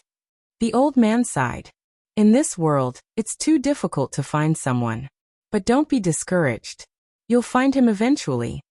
"Okay." Gu Yundong put down Madame Yang's basket. Only then did she have the time to take a sip of water from the bamboo tube. She turned around and handed the bamboo tube to Gu Yunshu. She hesitated for a moment before saying, "Sir, I'm afraid it's not going to be peaceful here."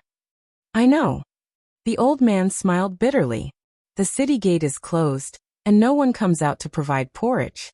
There are more and more people, and everyone has nothing to eat.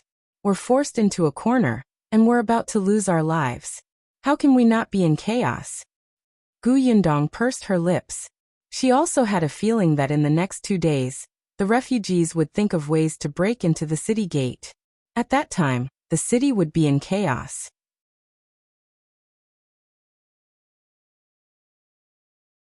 Chapter 17. Have to leave here, sir. Aren't you leaving?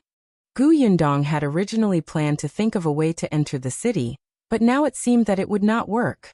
She might have the ability to protect herself alone, but Gu Yunshu and the other two beside her did not have the ability to protect themselves. It seemed that she could only wait outside the city gate for 2 days at most. If there was still no news of Father Gu, she would have to leave. The old man looked up at the sky. "I want to leave too, but I ran out of food on the way here. 2 days ago, I still had porridge to eat. Today, I don't know if my son can find any wild vegetables. If he can't, I can only starve. It doesn't matter. Anyway, that old woman of mine has left already. I'm old and won't live for long. It's not a big deal even if there is chaos." Only then did Gu Yundong learn that this old man's family had escaped from their hometown. On the way, his wife and daughter-in-law had starved to death in order to save them a mouthful of food. Now, only the old man, his son, and his 16-year-old grandson were left. Now his son and grandson were looking for food outside. However, it was already so late and they had yet to return. He did not know if they had found anything. "Girl, if you can leave, leave. Don't think that so many people here are all just waiting for death. Most of them are looking forward to this chaos. As long as the city is in chaos and the city gate opens, they can enter the city. They might even have food to eat and won't starve to death." They were at the end of their rope. Even if they knew that this was a matter of possibly losing their heads, they still wanted to give it a try. Gu Yundong fell silent. After a while, she led Madame Yang and the other two to the side and sat down. After a while, she turned her head and met Gu Yunshu's puzzled gaze. She said softly, "Yunshu, let's wait another day. Regardless of whether we hear from father or not, we have to leave then." "Is it because a fight is about to break out here?" He had heard the old man's words. "That's right." Gu Yunshu lowered his head with a lonely expression. He wiped his eyes fiercely with the back of his hand. After a while he said in a choked voice, "Oh, listen to Big Sister. You're a good boy. I know we're still young and can't run fast. If we fight, we'll drag eldest sister down. Then let's wait until there's no more fighting here before looking for father, okay? Gu Yinshu was really very sensible. Gu Yindong had actually seen many brats before. For example, Fu Longji was a few years older than Gu Yinshu, but she had a bad personality. Gu Yindong felt really awkward about such a sensible and obedient child. She felt like spoiling him. This kind of emotion had never happened before to her, but during this period of time, after interacting with the Gu siblings, it often appeared and occupied her heart. These two children were growing on her. Gu Yindong took a deep breath and nodded. All right, I promise you. Gu Yinshu tried his best to smile. It'll grow up quickly. Eldest sister. Gu Yunka was still young. She felt that eldest sister and second brother's explanation was too complicated. She did not understand. She only tilted her head and asked curiously, "You're not looking for father anymore? But Kiki's stomach is so hungry. Didn't they say that they could eat after finding their father?" Gu Yindong pinched her tender face. This little thing was a little foodie. She could eat anything that was given to her. In her dreams at night, the content was all about food. It was also strange. In the past, when she was at the Gu family, Madame Zhao had never given her a full meal. How could she hold back and not say anything? Gu Yindong took another bamboo tube at the side, opened the lid, and brought it to Gu Yunk's mouth. Half of her body blocked others' vision. If you're hungry, drink some water. Tomorrow, eldest sister will think of a way to find food. Saya. Although she called it water, it was actually porridge in the bamboo tube. There were not many rice grains, but at least it could fill one's stomach. She added white sugar to the porridge, and the little girl immediately smiled after drinking it.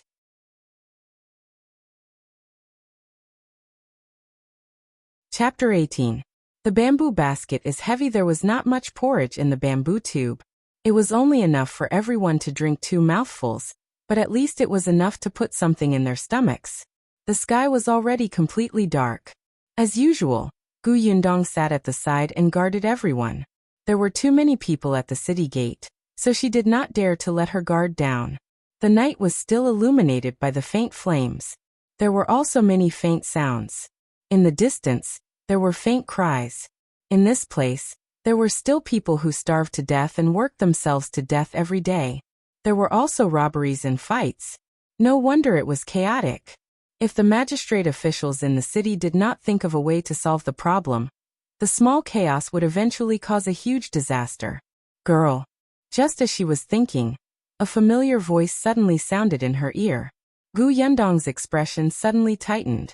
She saw a staggering figure walking over. When he got closer, she saw that it was the old man surnamed Yu who had spoken to her previously. Gu Yindong quickly stood up. Sir, what's the matter? Girl.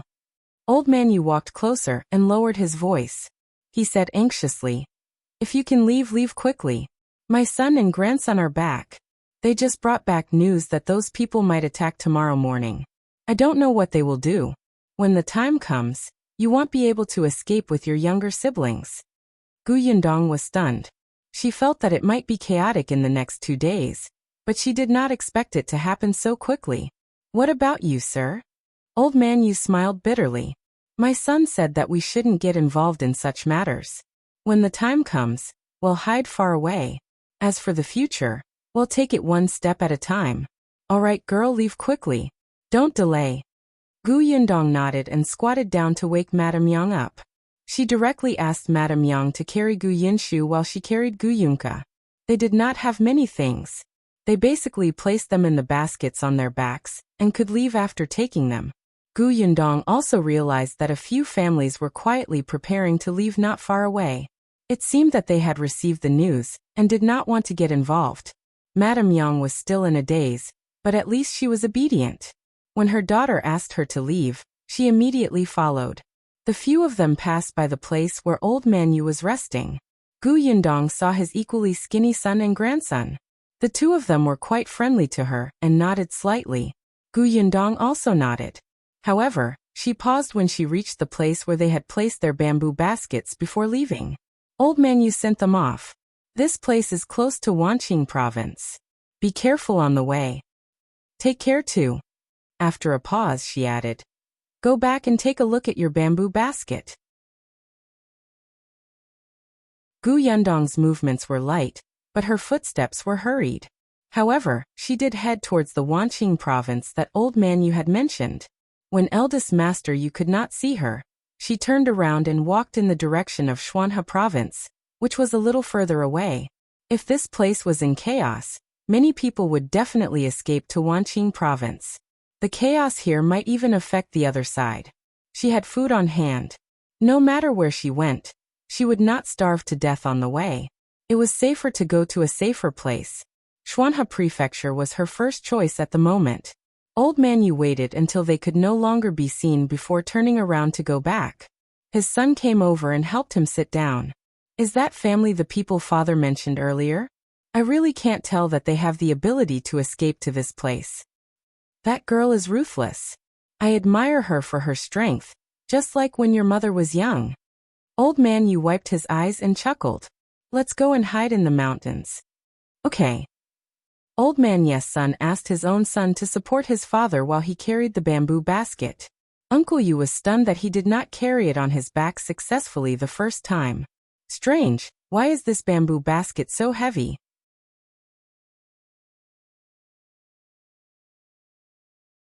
Chapter 19. Selling Gu Yundong and her siblings. It got much heavier. Old man Yu suddenly stopped in his tracks and quickly walked to Uncle Ye's side. By the way, before that girl left, she said that she wanted me to take a look at the bamboo basket. Do you want to take a look? Old man Yu and his son looked at each other. They put down the bamboo basket and opened a piece of clothing covering it. In the next moment, they saw an unfamiliar cloth bag placed inside. Old man Yu had a guess in his heart. He squeezed past his dilly-dallying son and tore open the cloth bag. He saw that the bag was filled with yams and potatoes. The three of them sucked in a breath of cold air. Old man Yu even closed the cloth bag and covered it with his original clothes while trembling. Father. Uncle Yu swallowed hard. This is from that girl, Shu. Old man Yu quickly looked around. When he saw that no one was paying attention, he heaved a sigh of relief. This girl is repaying me for sending her news out of kindness. She distinguishes between gratitude and grudges. It's fine if we accept it. Don't make a fuss. If there's a chance in the future, we'll thank her again. The father and son nodded repeatedly, and their eyes lit up. Father, now that we have these, we can go to Wanqing province. Yes, to Wanqing province. Old man Yu had a smile on his face. He no longer had the gloomy expression from before. Although this food could only last for 7 to 8 days, there would always be food to be found on the way to Wanqing province.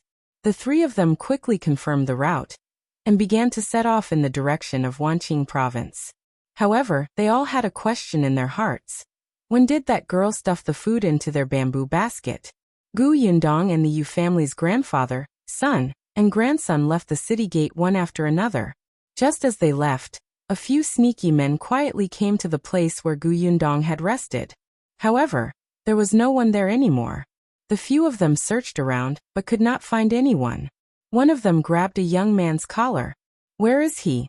Didn't you say that your nephew and niece are here?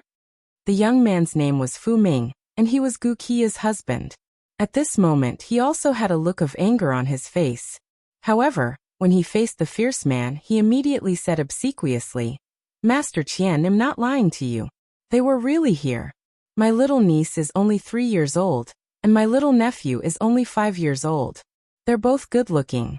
You can bring them back and train them well. They'll definitely be able to help you earn money in the future. The older one is 13 years old and has already grown up. Let's look around nearby some more. They'll definitely be here. Master Qian and the others were all hired thugs from the Qin Tower's Chu Pavilion in the city. They knew that there were many refugees outside the city recently, and there were also many people selling their children. Some people only needed a few sweet potatoes to push their biological children away. Master Qian had already found many boys and girls. They were all good-looking and would be of great use in the future if they were nurtured well in the pavilion. After Fu Ming found out about this person, He listened to Gu Qiuyue and thought of selling his nephew and niece, so that Master Qian could bring his family into the city. His nephew and nieces were all good-looking, and there were 3 of them. They were enough. Master Qian said that they had to have a clear background. If they didn't have a backer, it would be best if they came out of a poor ditch, and were the type who could die without anyone caring. They didn't want to have endless trouble in the future. Wouldn't Gu Yundong and her brother and sister fit the bill perfectly? So what if Gu Yundong had a dagger in her hand? That was just to scare people. When she met people like Master Qian, she could only be at the mercy of others. But now where was she? Could it be that she had received the news in advance? As he was thinking, he saw Gu Qiuyue running over hurriedly. I saw Gu Yundong and the rest walking in that direction. Hurry up and chase after them.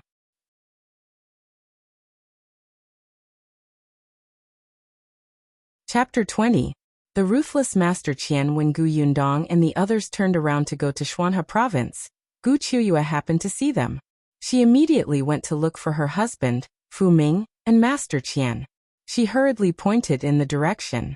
Seeing that they had chased after Gu Yundong, she smiled sinisterly. I told you not to be smug. Do you think a thin brat like you can escape from Master Qian's hands?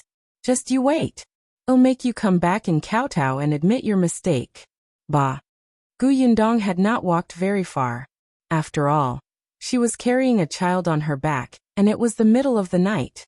It was inevitable that she would walk slower. Fortunately, not many people took this path.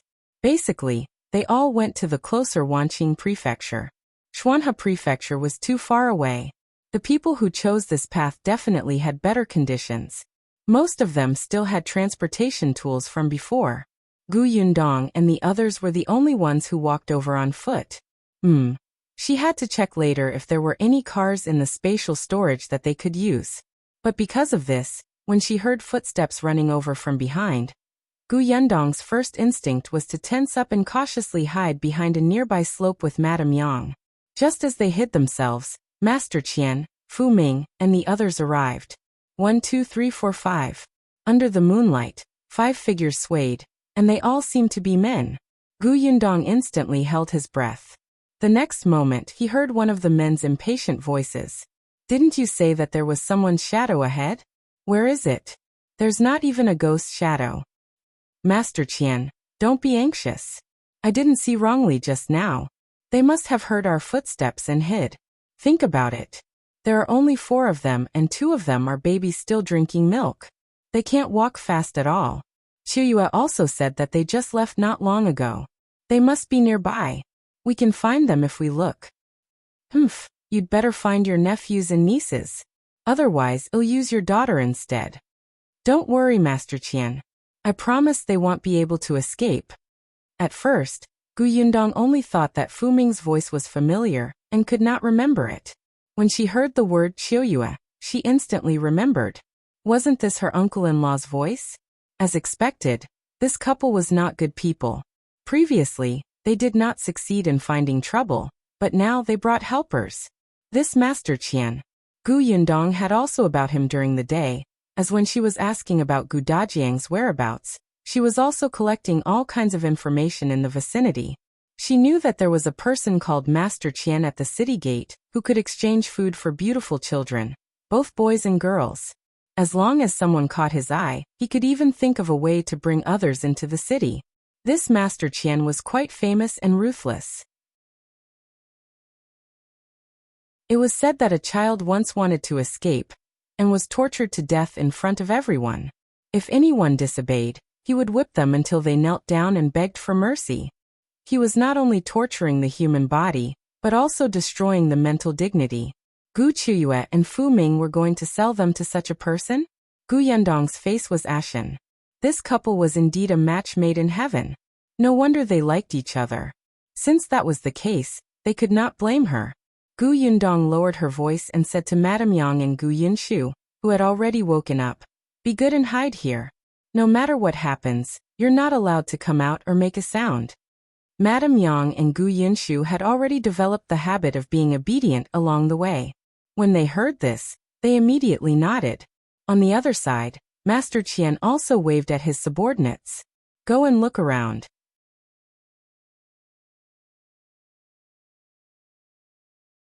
Chapter 21. Sowing discord. As soon as Master Qian finished speaking, Gu Yundong had already quietly bypassed the hiding place of Madame Yang and the other two and revealed herself from another direction. "You're Qian-san." Master Qian was stunned. He looked with surprise at the girl who spoke. Fu Ming's eyes lit up as he said excitedly, "Master Qian, this is my eldest niece." However, in the next moment, he frowned and asked curiously, "Yundong, where's your younger brother and sister?"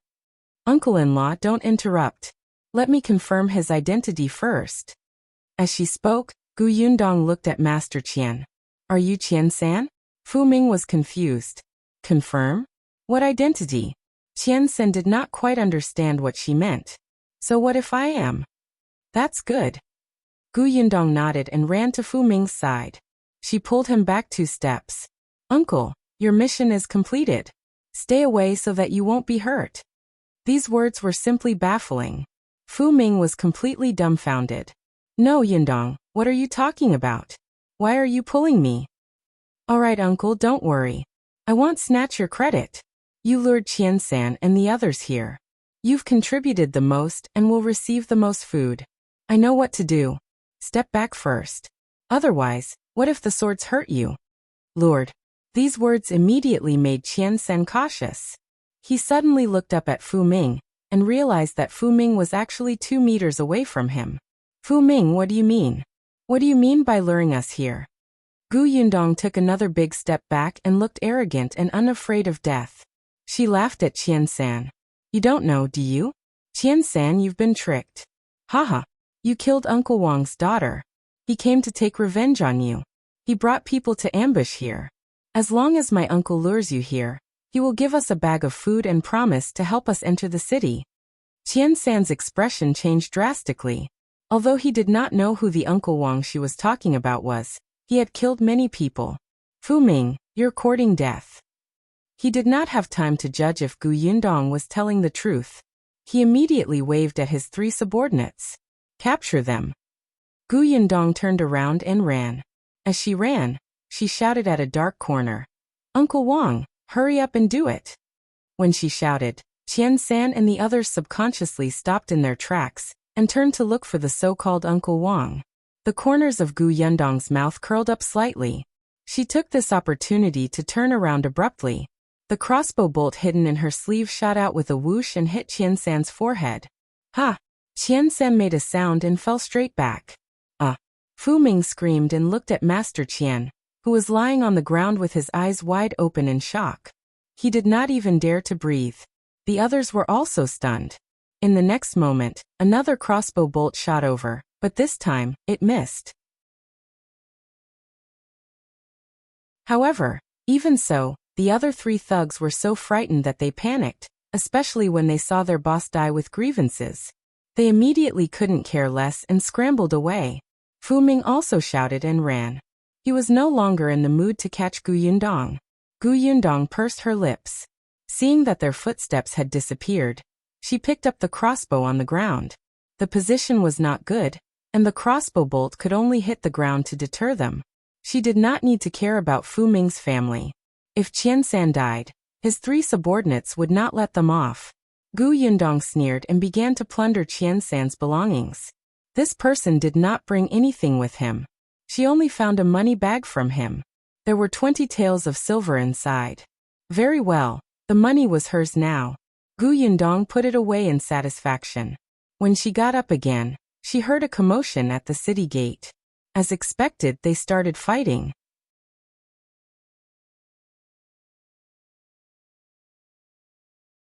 Chapter 22. Pushcart. Gu Yundong returned to where Madame Yang and the others were hiding. She carried the basket that was on the ground. "Let's go. There will be more people in a while." There was a fight at the city gate. Some people who did not want to get involved would definitely leave. Gu Yunka had already woken up. The little girl rubbed her eyes and said in a low voice, "Elder sister, I'm hungry." Gu Yundong held her forehead and took out a few small rice balls the size of meatballs from the cloth bag. After giving them to her, she stuffed them into Gu Yunshu and Madame Yang's hands and ate to herself. This small rice ball was made before they set off this morning. It was still wrapped in a little pickled vegetables. There was oil and salt in the pickled vegetables, and it could also make the taste of the rice ball delicious. It was the most suitable food to fill one's stomach on the way to escape. Previously, there were too many people at the city gate, and it was not convenient to take them out. Now it was just enough to fill their stomachs. After eating, Gu Yundong set off with the three of them. As expected, the road to Shuanhe province was much calmer than the previous road. There were still people fleeing, but their mental state was clearly different. Most of the people had ox carts, donkey carts, and carriages. They barely bumped into their peers on the road. Naturally, no one would come looking for Gu Yundong, and the others who looked very down and out. After walking for a few days, Gu Yundong finally found a pushcart in her spatial storage. This was what she had obtained when she passed by a small village to collect supplies during the apocalypse. At that time, there were several bags of corn kernels piled on the pushcart. She had even put the corn kernels and the cart into her space. Later on, the corn kernels were unloaded, but the pushcart had been piled in the corner by her. Now it was useful. Fortunately, the two wheels of this pushcart were made of wood, and would not attract too much attention. Gu Yundong found an opportunity and said to Madame Yang, "You guys rest here for a while. I'll go there to relieve myself." She ran into the grass that was half the height of a person. When she came out again, there was already a pushcart behind her. Gu Yinshu was stunned. "Sister, where did this come from?" "I found it in the grass over there. Someone might have abandoned it and thrown it there." Gu Yundong said to Gu Yunke and Madame Yang, who were also curious. "All of you come up. I'll see if I can pull you up." The pushcart was relatively long. If someone sat at the back, the person pulling the cart would feel that the load was much lighter. What's more, they were walking on the official road now. It was easier to walk on the flat road. Madame Yang carried Gu Yinshu and Gu Yunke up. She hesitated for a moment before going up carefully. Gu Yundong was quite strong now. She pressed the front of the cart down, grabbed two handles and walked forward. It was a little difficult at first, but slowly, it did not require much strength. The wheels would also roll forward according to inertia. Gu Yinshu twisted his body happily. "That's great. With this cart, mother and eldest sister won't have to work so hard to carry me and little sister. I can lie down." Although Gu Yunke was small, she had been curled up in the basket on her back all this time, and could not stretch her limbs. She felt very uncomfortable. Madame Yang touched the guardrails on both sides of the pushcart. There was also a barrier at the back of the car to prevent it from falling.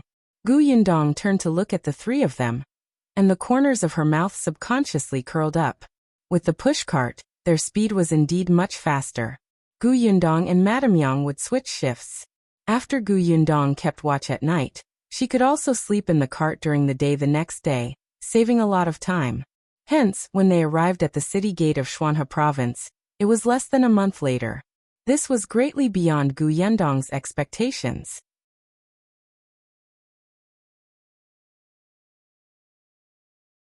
Chapter 23. Conditions to enter the city. There were also many people outside the city gate of Shuanhe Prefecture. However, unlike Qingan Prefecture, the people outside the city gate were in a much better state. Moreover, there were two sheds not far away. The servants of the big families in the city were giving free porridge. In order not to be unconventional, Gu Yundong settled Madame Yang and the others not far away. She took 2 bowls and asked for 2 bowls of porridge. At the same time, she asked about the situation here. However, an auntie said to her, "It's not easy for you to enter the city. I heard that the magistrate is worried that too many refugees entering the city will cause chaos, so you have to have certain conditions to enter the city." "What conditions?" A girl around her age sized her up and laughed. "It's useless even if I say it. You definitely won't be able to meet the conditions." Gu Yundong ignored her and asked the aunt, "Go ahead." They said that not only does one have to have a household registration certificate to enter the city, but every person also has to pay 5 taels of silver. 5 taels. F*CK, this was daylight robbery. If one person was 5 taels, wouldn't the 4 of them need 20 taels? They did have a household registration certificate. Her father, Gu Dajiang, had asked them to bring it with them. The girl beside her saw her surprised expression and immediately laughed. I told you it was useless to tell you. Why are you still asking?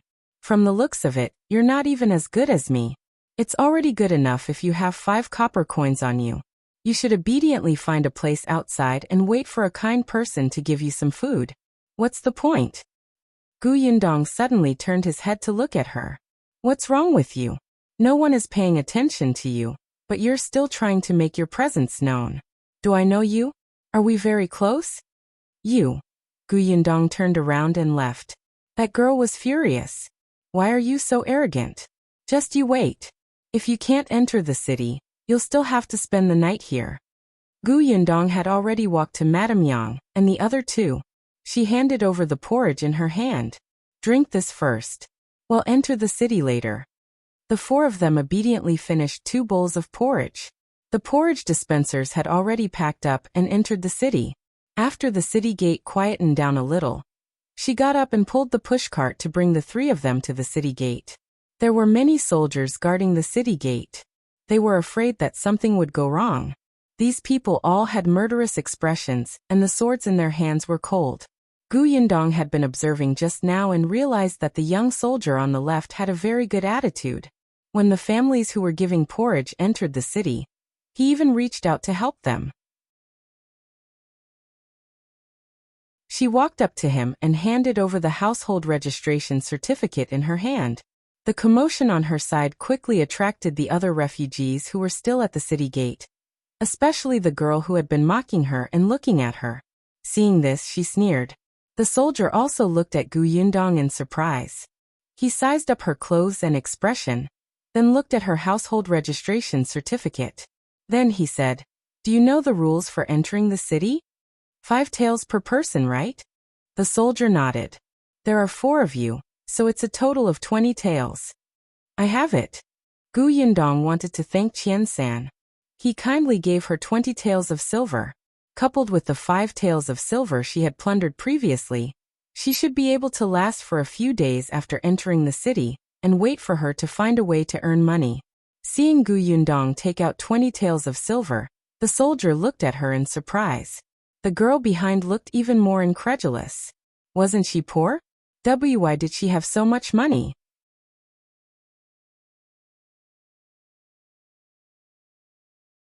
Chapter 24. Renting a house. Gu Yundong was actually very heartbroken. 20 taels of silver was a huge sum of money for her now. Now they were just entering the city gate, but they actually had to hand them all over. This was simply robbery. The soldier took the silver and looked at her again. Follow me. He turned around and brought her to the side to register. When everything was done, Gu Yundong stood at the city gate before she slowly exhaled. Madame Yang and the other 2 who were standing beside her also imitated her and exhaled in unison. Their relieved expressions were exactly the same, making the soldier who had been standing beside them unable to help but laugh. Only when Gu Yundong looked over did he cough lightly and advise her. Remember to keep a low profile after entering the city. Don't get into conflicts with anyone. There are many refugees in the city now. If you cause trouble, they will definitely arrest you first. There's nothing we can do about it. Actually, he was not considered a soldier. His surname was Nye, and the prefectural governor was his uncle. For some reason, he was temporarily summoned here to help guard the city gate for 2 days. A few days ago, the prefectural governor had received news that there was a riot in Qingan Prefecture. Refugees had broken into the city to burn, kill, and plunder.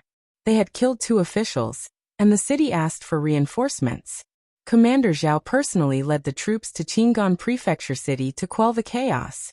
This news spread like wildfire in their Xuanhe Prefecture, causing the citizens in the city to not have a good impression of the refugees. Only then did the prefectural governor set the conditions for each person to enter the city to pay 5 taels per person. It was not to the extent of blocking all the refugees outside, which would cause others to see no hope and take a risk. However, at the same time he filtered out the group of refugees who had poor conditions and would cause a burden in the city. He also persuaded the big families in the city to go out of the city to provide porridge to stabilize the refugees. This method was quite effective. Just look at the people outside the city. They did not cause trouble, and did not add much burden for the city. Gu Yundong only nodded when she heard that. Naturally, she would not take the initiative to cause trouble. However, if others thought that they, with only children and a mother, were easy to bully, they could not blame her. However, she was not familiar with the city yet. This soldier seemed to be quite easy to talk to, so she asked a few more questions. Do you know which inn in the city is cheap and safe? Niet Song looked at her strangely. She actually wanted to stay in an inn? She still had money on her? He couldn't tell. Except, don't even think about an inn. Even the most remote place is probably full now. Then are there houses for rent? Niet Song smiled. Of course, but a refugee injured someone not long ago. Everyone is very vigilant, so, Gu Yundong understood. People would not want to rent to refugees like her. That would be difficult. She thought that she could finally rest after entering the city. She did not expect that there was not even a place to sleep. She might as well stay outside the city then. Gu Yunshu and Gu Yunka looked up at her. The two little guys also looked worried. For some reason, Niet Song couldn't help but want to laugh when he saw them. After hesitating for a while, he finally said, "If you really want to find a place to stay, I have a place here. My aunt's house has an empty room. She lives alone. Coincidentally, you don't have an adult man, so it's convenient for you to stay there. It's just that the rent is a little expensive, and you have to deposit your household registration certificate with me. Is that okay?"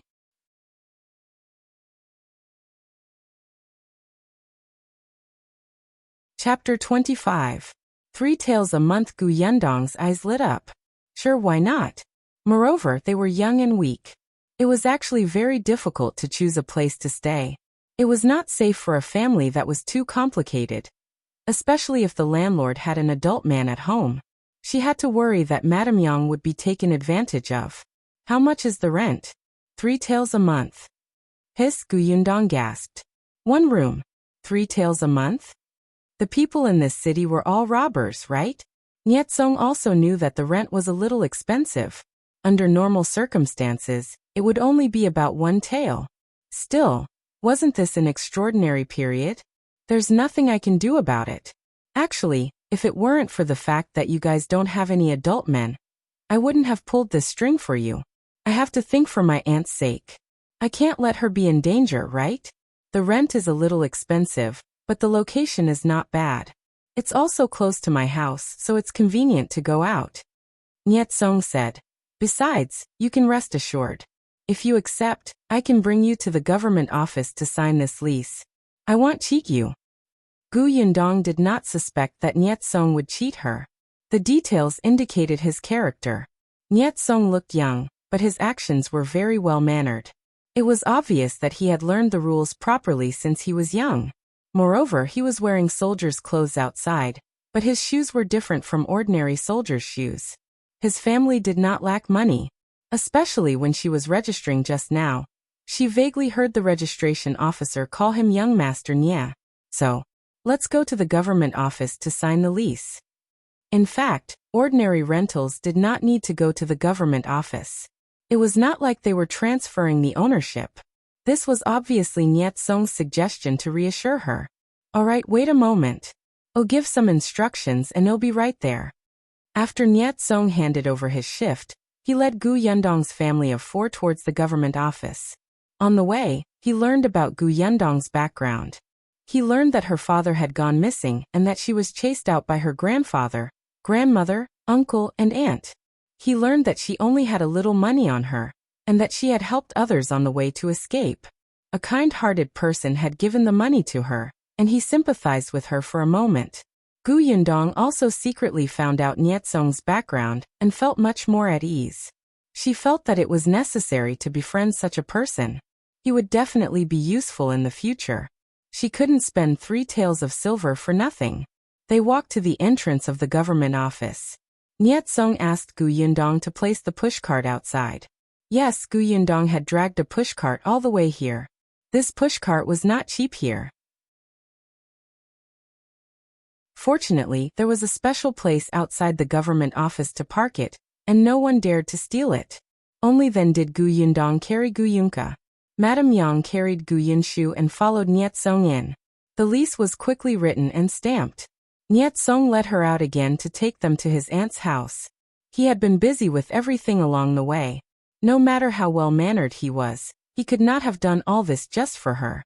Gu Yundong knew that Niet Song must have other motives. She was also direct. She stood at the entrance of the yamen and asked, "Young Master Nya, if there's anything you need my help with, you can just say it." Niet Song was stunned and a little embarrassed. "You can tell. If young Master Nya waits until everything is done, aren't you afraid that I won't agree?" "Haha, actually it's not anything major. It's just..." Before he could say anything, a noisy commotion suddenly came from not far away. Gu Yundong and the others subconsciously looked up and saw two constables dragging a person over. That person was also bold and kicked one of the constables over. Gu Yundong looked at him in surprise. That person happened to look over as well. Their eyes met and Gu Yundong suddenly narrowed her eyes.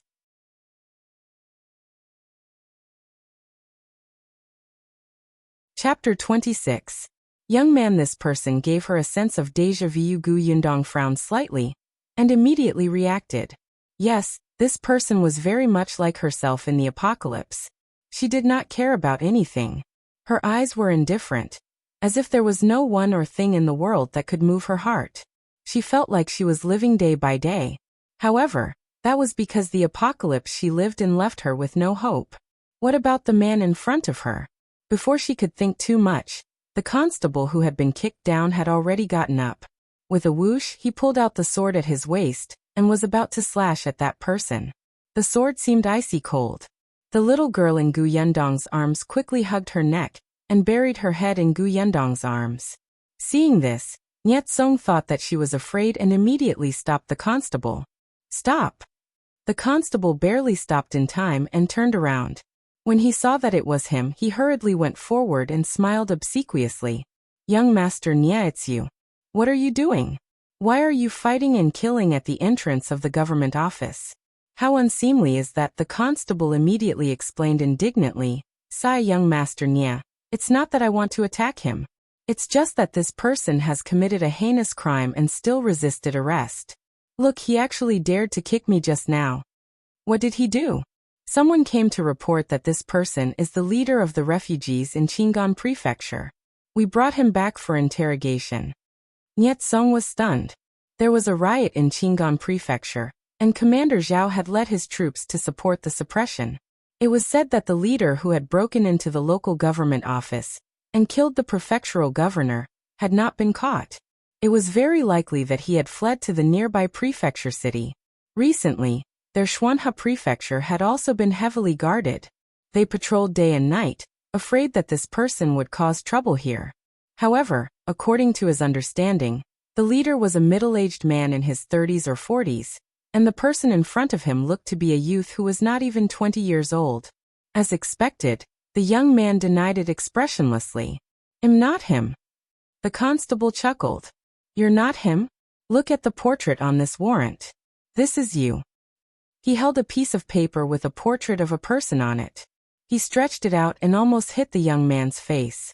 Niet Song also took it and looked at it. He could not help but sigh secretly. Gu Yundong glanced at it, and the corners of her mouth twitched. Weren't the character drawings of this era too abstract?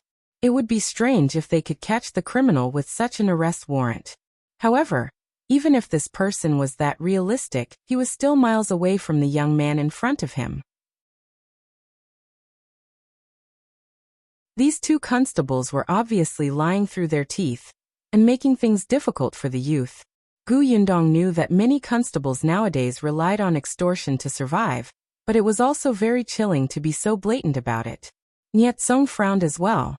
He glanced at the young man and threw the wanted order at the constable's face.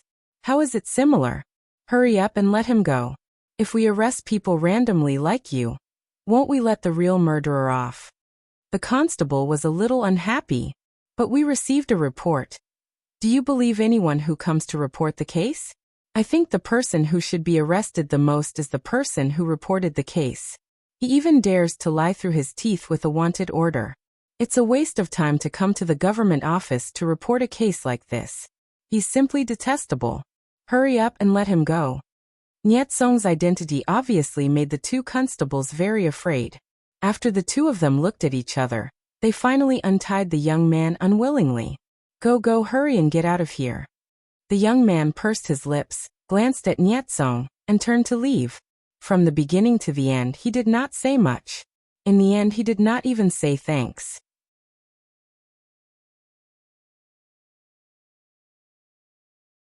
Chapter 27. Tying someone up. Niet Song also felt that this was a strange person. He vaguely regretted letting him go without asking anything. Perhaps he was really a dangerous person? However, he was already far away. It was too late for him to say anything. He shook his head and smiled again. He said to Gu Yundong and the others, "Let's go. I'll take you there first." Okay. Gu Yundong pulled up the pushcart again, and followed behind Nie Kong. She continued the topic that had been interrupted. "You said that you wanted me to help you with something. What is it?" Ahem. Speaking of this, Niet Song could not help but cough lightly. "It's like this. My aunt likes children, especially good-looking children." Seeing that Gu Yundong was frowning and seemed to have misunderstood, he quickly got to the point. "I want your younger siblings to chat with my aunt when they're free." Gu Yundong could not understand his train of thought. "That's it. Well, actually it's mainly because my aunt is a little talkative. She won't stop for an hour." Niet Song was also very helpless. There are many children near her house, but you know that a 4 or 5-year-old kid can't stand to listen to others. After a long time, people will avoid my aunt when they see her. That was indeed quite nagging. Gu Yundong looked down at her younger sister and brother who were walking. It was just accompanying his aunt for a chat. There shouldn't be a problem. Hence she nodded decisively. "No problem." Niet Song was instantly overjoyed. "Don't worry, my aunt is a good person." She was a good person, yet the rent was so expensive. If only she could reduce the rent by chatting with her. The few of them chatted as they turned into an alley. Not long after, they stopped in front of a house. Niet Song pushed the door open and entered first. Gu Yundong waited at the door with her younger brother and sister. Only then did Gu Yinshu find an opportunity. He reached out and tugged at his sister's sleeve. He asked softly, "Sister, do I have to chat with her? Then what should I say?" "You can listen to what she has to say." Gu Yundong squatted down and took out a handkerchief to wipe his face with water. They were already at her door, so they naturally had to tidy up. "After you listen to her, you can tell eldest sister about it later. Of course, you can also ask her questions. Any questions are fine." Gu Yundong did not know much about Xuanha Prefecture. They happened to meet a local old lady who liked to chat. Wasn't that the best source of information? She could everything that she should pay attention to along with useless gossip. Gu Yinshu nodded, not fully understanding. On the other side, Gu Yunka had already stretched her little head over. "Eldest sister, wipe me too. You shameless little girl." Gu Yundong tapped her little nose. "You have to chat with older brother and old madam too, understand? I'll accompany big sister." She liked big sister more, and she didn't want to accompany her brother. "If you're obedient, I'll make you something delicious later." Gu Yunka immediately grabbed Gu Yenshi's hand. "I'll be obedient." Gu Yundong felt that sooner or later, she would be abducted by someone with food. She was too easy to convince. Just as she was thinking about it, she suddenly heard a shout. It seemed to be coming from the entrance of the alley. She did not know what had happened. Gu Yundong could not really care about this matter right now. She quickly asked Madame Yang to bring the two children through the door. After closing the door, she walked cautiously towards the alley.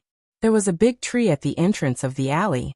At this moment, there was a circle of people under the tree, pointing at the middle and saying something. She stood on a rock and looked inside. She was stunned. Wasn't that the young man she had seen at the entrance of the government office? Was he tying someone up?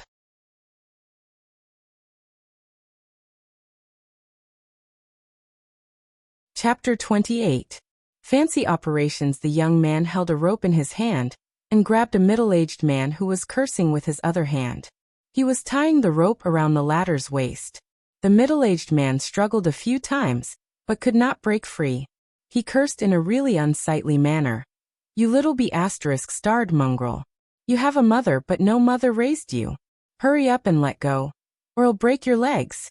How dare a bastard from the countryside be arrogant in this prefecture city? Be careful not to die without knowing how. Kid, remember this. Let go quickly. Halfway through tying him up, the young man suddenly punched him in the stomach. Ugh! The middle-aged man bent over and groaned in pain. His face was red, and he couldn't finish his sentence. Bastard. Gu Yundong felt that this person deserved it. He could not see the situation clearly at a time like this. Someone at the side was curious and asked what was going on. An onlooker seemed to know the inside story and said softly, "Shopkeeper Pan deserves it. He's stingy and vengeful. You know how his shop needed to be renovated some time ago and he hired this kid to help with the work? In the end, many refugees have come to look for work these days. As long as they get meals to eat, they don't even ask for money. Shopkeeper Pan wants to chase this kid away to hire refugees. If you want him to leave, so be it. He has to at least settle his previous salary, right?" What? Shopkeeper Pan wanted to go back on his word to pay him? Not only that, he even found an excuse to say that he did not do a good job and wanted to ask for compensation instead. However, this kid is not easy to bully. He forced Shopkeeper Pan to take out the money.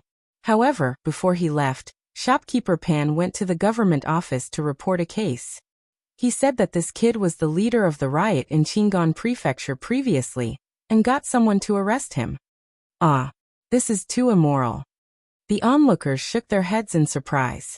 Was this really a way to behave? Who didn't know what the constables in the government office were like? Wouldn't anyone be skinned alive if they were arrested? Isn't he wicked? This kid is just lucky. The constables released him not long after bringing him back. Wouldn't he obviously have to settle scores with Shopkeeper Pan? As soon as he finished speaking, the young man had already tied Shopkeeper Pan up. The rope was suddenly thrown around the tree trunk above his head and pressed down. Ah! Shopkeeper Pan screamed like a pig being slaughtered. He was already hanging in midair and swaying left and right. There was a hard limestone slab below. If the rope broke and he fell, how could his old arms and legs withstand it? He finally began to beg for mercy. "Ching boy, I was wrong. Put me down quickly. I'm dizzy.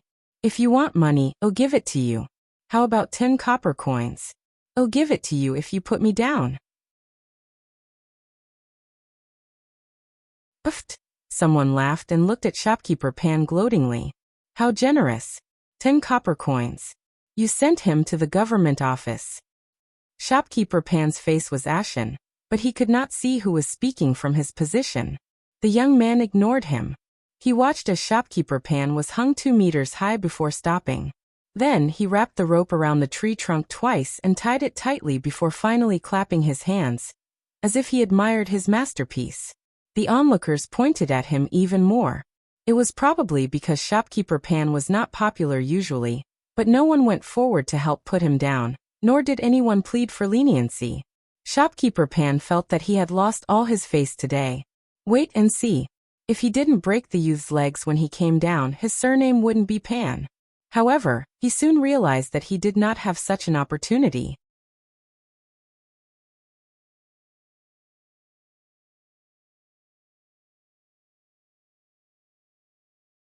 Gu Yundong reflexively turned to look at the youth, and saw that he had already passed through the crowd and disappeared. The crowd gradually dispersed. Gu Yundong turned around and saw Niet Song looking for her. What happened here? Gu Yundong recounted the situation just now. Niet Song raised his eyebrows in surprise. That kid is definitely the type to take revenge. He's just too rash. If those 2 constables don't take Pan Fu away, Pan Fu will definitely not let him off. He shook his head and did not continue the topic. He immediately told Gu Yundong about his aunt's situation. My aunt has already agreed to rent to you for a month if you pay 3 taels of silver first. You can stay in the West Wing for now. You have to settle your meals yourself. You can use the things in the room, but you can't damage them. Gu Yundong nodded. After paying 3 taels of silver, she only had 2 taels left. I'm so poor. I have to earn money quickly. However, there were so many refugees in the city now. There were too many monks and too little porridge. How could she earn money? Suddenly, she looked at Niet Song beside her, and a glint flashed across her eyes.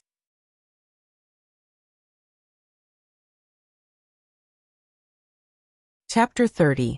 Help. Niet Song felt his scalp tingle under her gaze.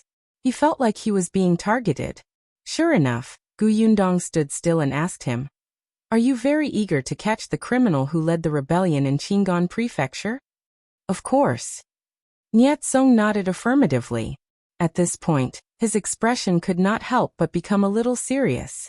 This person is not a refugee at all. He's a bandit pretending to be a refugee. He deliberately incited the people to break into the city gate, and took the opportunity to kill and earn money. He's guilty of a heinous crime. When he escaped after that, it was said that he even harmed the nearby villages. It's very likely that he came to our Shuanhe province. If we don't catch this person as soon as possible, I'm afraid more people will suffer. Gu Yundong was not a hero who enforced justice on behalf of the heavens. She would not have the strong desire to get rid of evil like Niet Song did. At the moment, she could only take care of her small family. She only wanted to earn some money to use. Therefore, she said very calmly, "If I help you capture criminals, will I be rewarded?" Niet Song was stunned. "Help? How can you help? Will there be a reward?" Niet Song's lips could not help but twitch. "Yes." "How much?" "That depends on how much help you can provide." Niet Song was a little suspicious. He thought that she had also been escaping from the drought. Could it be that she had seen that person or knew where that person had appeared? But Gu Yundong quickly disproved his idea. "Someone in your government office should have seen the criminal's appearance, right?" "Yes, a squad under Commander Zhao that went to Qinghai Prefecture happened to face that person head-on, but unfortunately, he escaped." "Then find a soldier that has seen him and describe the criminal. I'll draw him for you." Niet Song immediately lost interest. He thought it was something else. Just drawing a portrait? There were many wanted posters posted at the city gate. They were all drawn by the best painters in the city according to the oral description. There were many of the posters, and she did not need to draw them. Gu Yundong knew what he was thinking just by looking at his expression. She raised her eyebrows. "Touch your conscience and tell me. Do you think you can match the portrait on your wanted poster with the real person standing in front of you? Of course, I also know that you didn't arrest the criminal just because of the portrait. But you saw the situation of the young man being arrested today. Shopkeeper Pan is definitely not the only one who wants to use his position to take revenge on a fake case. After that, you can completely use the excuse of this person looks similar to the portrait to avoid it. Isn't this causing trouble for you and wasting time and energy? Believe me, I can save you half the effort." Niet Song felt that what she said was wrong. Ordinary people were afraid of entering the government office. After all, there were very few people like Shopkeeper Pan who did not know the immensity of heaven and earth and thought that they had a backer. However, he felt that what she said made sense. Although it was rare, wasn't there still some cases? After some thought, Niet Song saw how confident she was and said conservatively, "If you want to try, then try. However, you can't go to the government office. Let's draw it in private and take a look. If it doesn't work, pretend that nothing happened." "Okay." Niet Song said that he would not go to his aunt's house. He was afraid of annoying her, so he went to a tea house not far away. Gu Yundong was worried about Madame Yang and the other two. She wanted to see Niet Song's aunt first. Hence, the two of them returned to the small courtyard first. When they entered, they happened to hear his aunt and Madame Yang talking. "Get some water to wash up first. You guys are disheveled. Those who don't know better will think that a beggar has entered our house. Do you have clean clothes? If not, I'll go next door to borrow them for you. However, I have to tell you guys that you can't ruin the clothes, or you'll have to pay. Oh my, these two little darlings."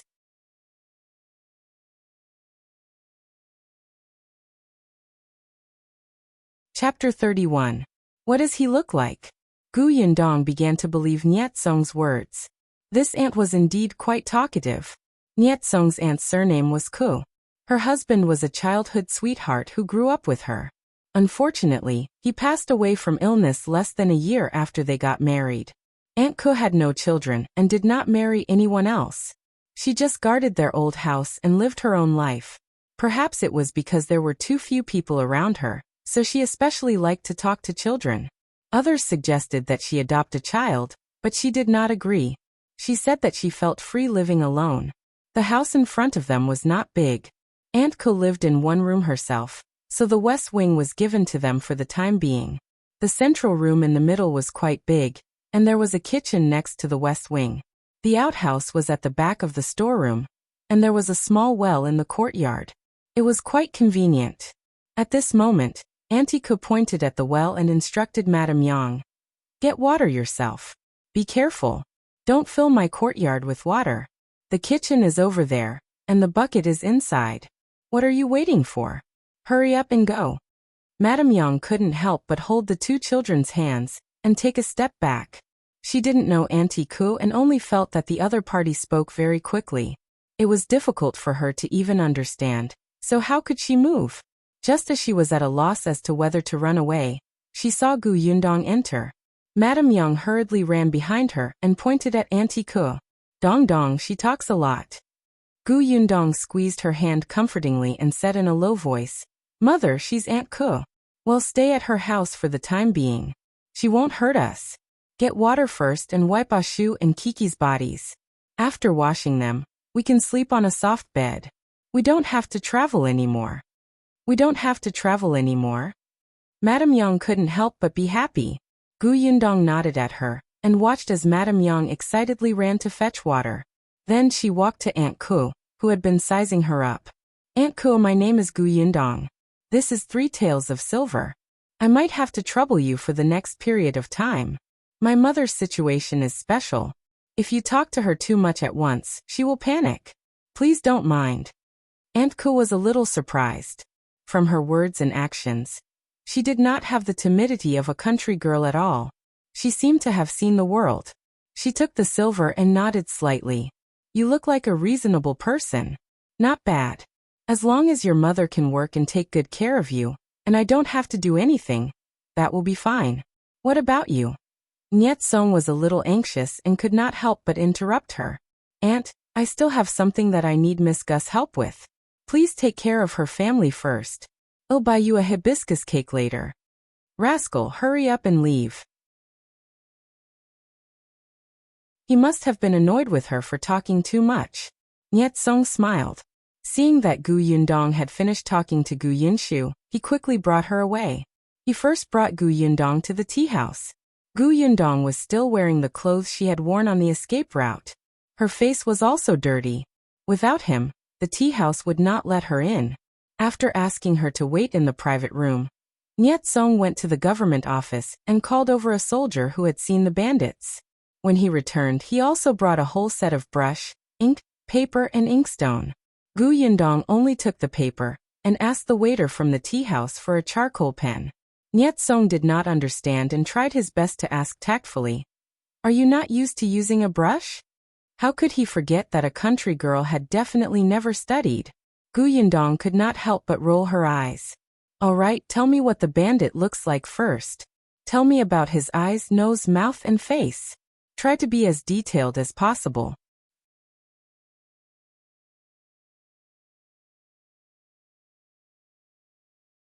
Chapter 32.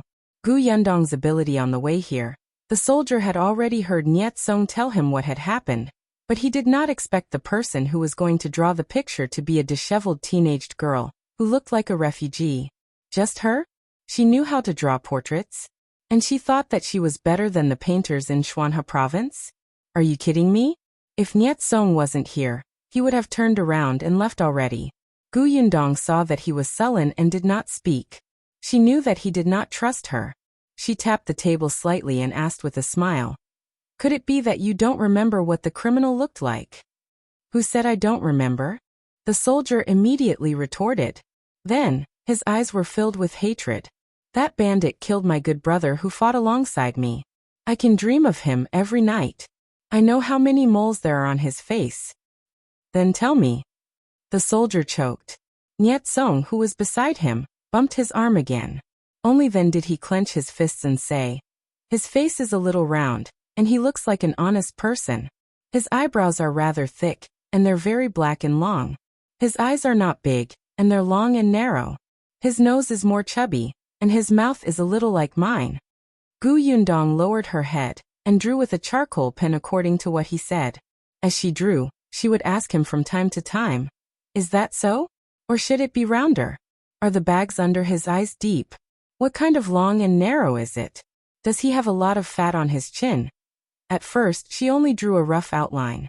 When she was more or less certain, she took out another piece of white paper and integrated all the facial features that the soldier had mentioned. Gu Yundong was very fast. In no time she had finished drawing. The soldier had said that he was thirsty, and went to drink some tea. When he came back and looked, he spat out a mouthful of tea. "Ah, be careful." Gu Yundong hurriedly moved the paper away and glared at him fiercely. The soldier hurriedly wiped his mouth and eagerly picked up the piece of paper. His eyes widened. Niet Song had taken a few steps back. When he dodged the tea the soldier spat out. At this moment, he looked up at his shocked expression and could not help but ask curiously, "What's wrong?" The soldier muttered in disbelief, "Similar, too similar. They're simply too similar." "Is it really that similar? Wasn't that too exaggerated?" Niet Song shook his head and walked around the table to look from behind him. He was stunned on the spot. The soldier said in disbelief, It's like it's carved out of his face. There's actually such a drawing method." Niet Song shook his head in surprise. He carefully took it from the soldier's hand, and looked at it again and again. He could not help but click his tongue in wonder. Those painters' drawings were also very good, but Niet Song was not a master of calligraphy and painting. He did not know much about the topic and could not appreciate them. He only knew that the artistic conception was quite beautiful, and the characters were also very beautiful. However, there was still a gap between them and real people. At least, it was not very useful for using those to solve cases. But now, this character drawing seemed to have come alive. And this was only drawn with a charcoal pencil. When he looked up at Gu Yundong again, Niet Song's gaze changed. Was this Miss Gu really just a country bumpkin who did not know anything? Who taught you how to draw? Gu Yundong also took a sip of water and shrugged. Someone I don't know. He didn't tell me his name.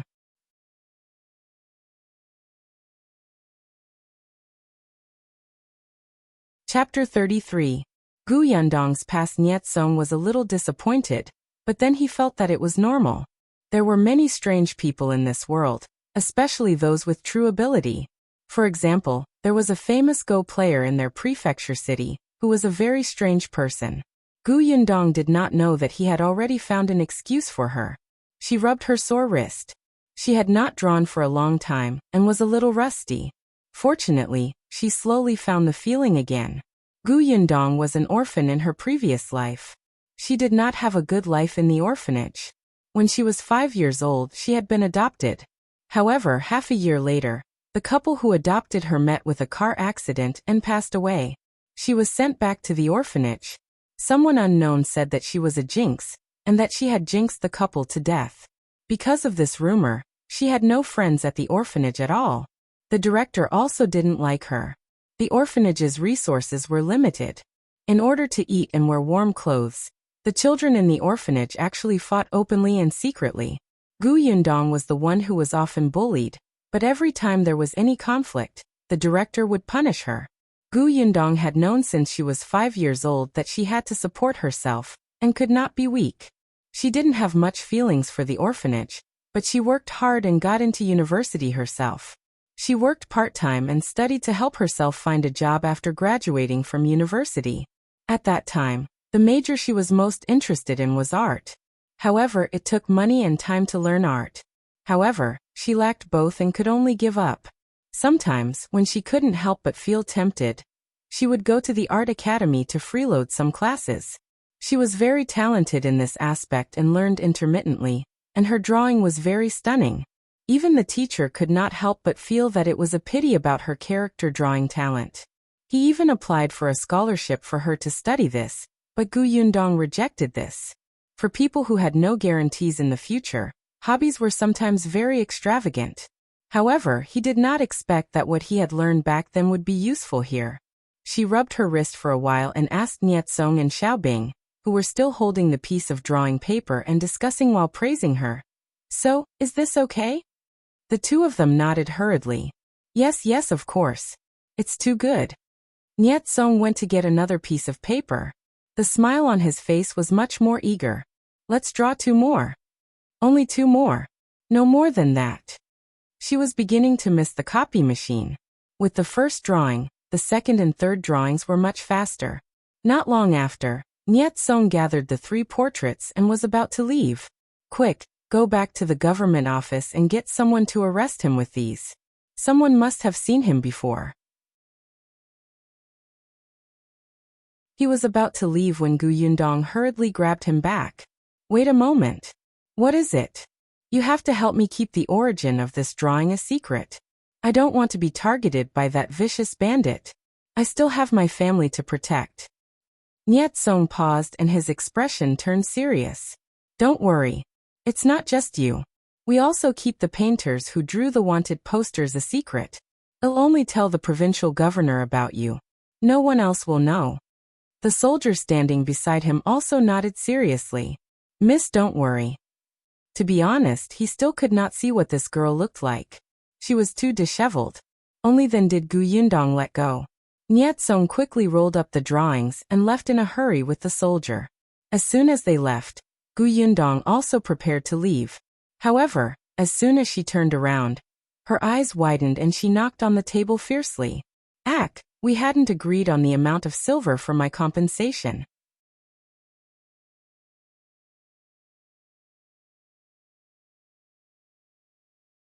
Chapter 34. Finally, Gu Yundong was a little annoyed, but she could not catch up with him now that he had left. Fortunately, she was staying at his Aunt Kes' house now, so she could meet him eventually. She was not afraid that he would go back on his word. Gu Yundong shook her head regretfully and left the tea house. It was already a little late. The people on the street had started to pack up their stalls and go home. When they saw the dirty Gu Yundong, they covered their noses in disdain and stayed far away. Gu Yundong originally wanted to take a look at the environment of the prefecture capital. Seeing this, she hurriedly quickened her pace. She did not feel it just earlier, but now she suddenly felt a little itchy and very uncomfortable. When she reached Aunt Kes' house, she could vaguely hear voices coming from inside. Pushing open the courtyard door, she saw Gu Yunshu and his sister sitting on small stools. They obediently raised their heads and listened to Auntie Ku. Madame Yang squatted beside the well and washed the clothes. There was only one set of clothes that they could change into. It was also very difficult to find a pond for them to wash and dry clothes on the way. So both sets of clothes were dirty and not easy to wear. Currently, Gu Yunshu and his sister's clothes should have been borrowed by Aunt Ku from next door. They did not fit well on them, but at least they were clean and comfortable. The clothes on Madame Yang should be Aunt Kes. They were a little short. Aunt Ku was facing the door, so she was the first to see her. She immediately pursed her lips and said to her, "You're so dirty. Hurry up and wash up. I've also borrowed clothes for you. They're in the west wing. Go get them yourself." When Madame Yang and the other two heard this, they immediately turned to look at her with relieved smiles on their faces. Aunt Ku snorted. "You're back so late. All of them thought that you'll leave and never come back. They're also distracted from work and don't have the energy to talk because of this." Madame Yang and Gu Yunke did not react much to her words, but Gu Yunshu was already sensible. When he heard this, he could not help but blush and say softly, "We're just worried about eldest sister." Gu Yundong went forward and rubbed his head. "Eldest sister won't leave. You guys talk first. I'll go wash up." She entered the west wing. The room was not big, but it was clean and tidy. The light and ventilation were not bad, making people feel comfortable. Madame Yang brought in hot water for her to wash with after she changed her clothes. Gu Yundong took a comfortable hot shower. Aunt Kes' house did not have a big bathtub, so she could only wipe herself a few times while using a basin. But even so, it was already very good. At least after washing, she felt as if she weighed a few pounds less. After changing her clothes and letting her wet hair down, Gu Yundong walked out of the room in high spirits. At this moment, the sky was already a little dark. Madame Yang and the others were not in the courtyard. Instead, there was a slight movement from the kitchen. Gu Yundong looked over and saw Aunt Ke making pancakes and porridge. Madame Yang was tending the fire. Aunt Ke was surprised to see her enter. Although she could tell that this family was pretty good looking after Madame Yang and the other two washed their faces, she was still a little dazed when she saw Gu Yundong. If a clean and refreshing young lady like her ate better and gained some weight, she would really not be described only as delicate and pretty anymore. Snapping out of her daze, Auntie Ke quickly coughed lightly and said, "I saw that you guys didn't have much to eat after traveling all day. For the sake of the 3 taels of silver, I'll buy dinner today. But let me make it clear first. You have to get food yourself tomorrow. I want care."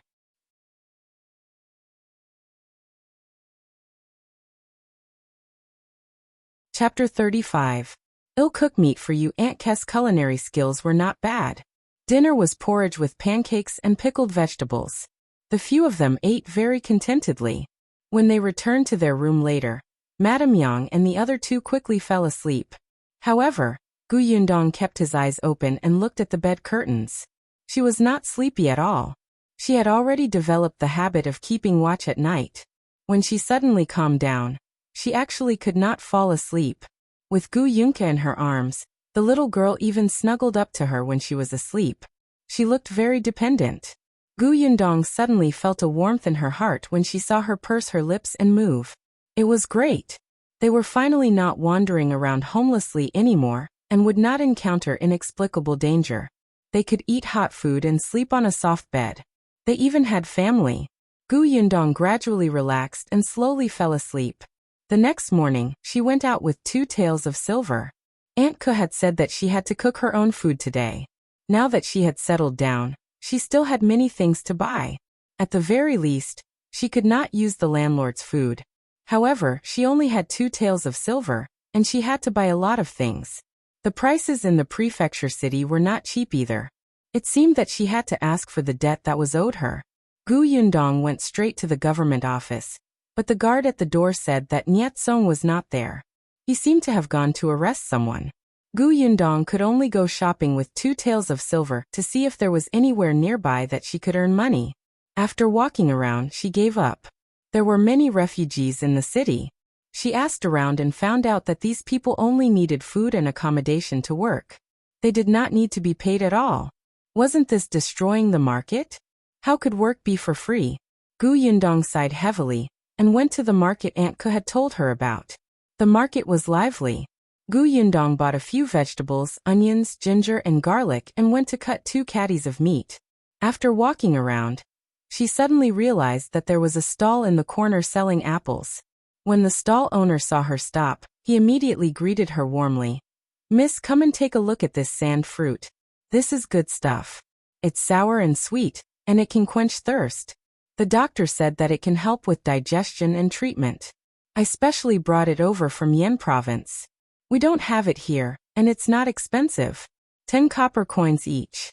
Miss, how many do you want?" 10 copper coins each? Everyone in your prefecture knew how to rob, right? Forget it, she had it in her spatial storage. Gu Yundong turned around and left. The vendor hurriedly called out to her. "Hey miss, don't leave. The price is negotiable. It can be cheaper." Gu Yundong walked even faster and left the market with the basket. Then, she went into the rice and grain shop and bought a bucket of rice and 2 caddies of white flour. She turned around and went to the grocery store to buy oil, salt, cutlery, and so on.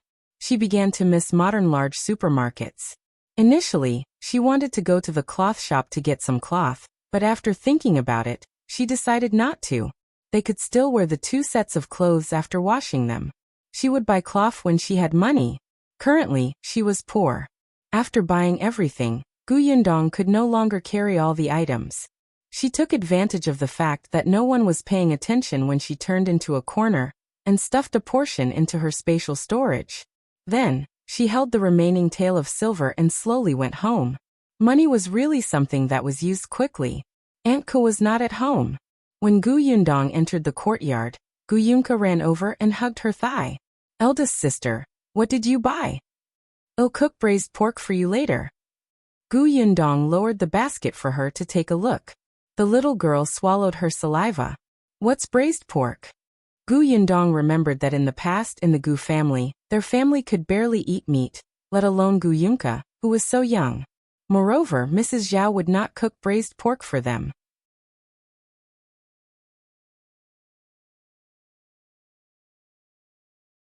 Chapter 36.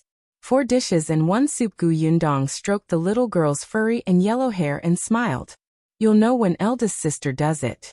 Gu Yunka swallowed. It must be delicious.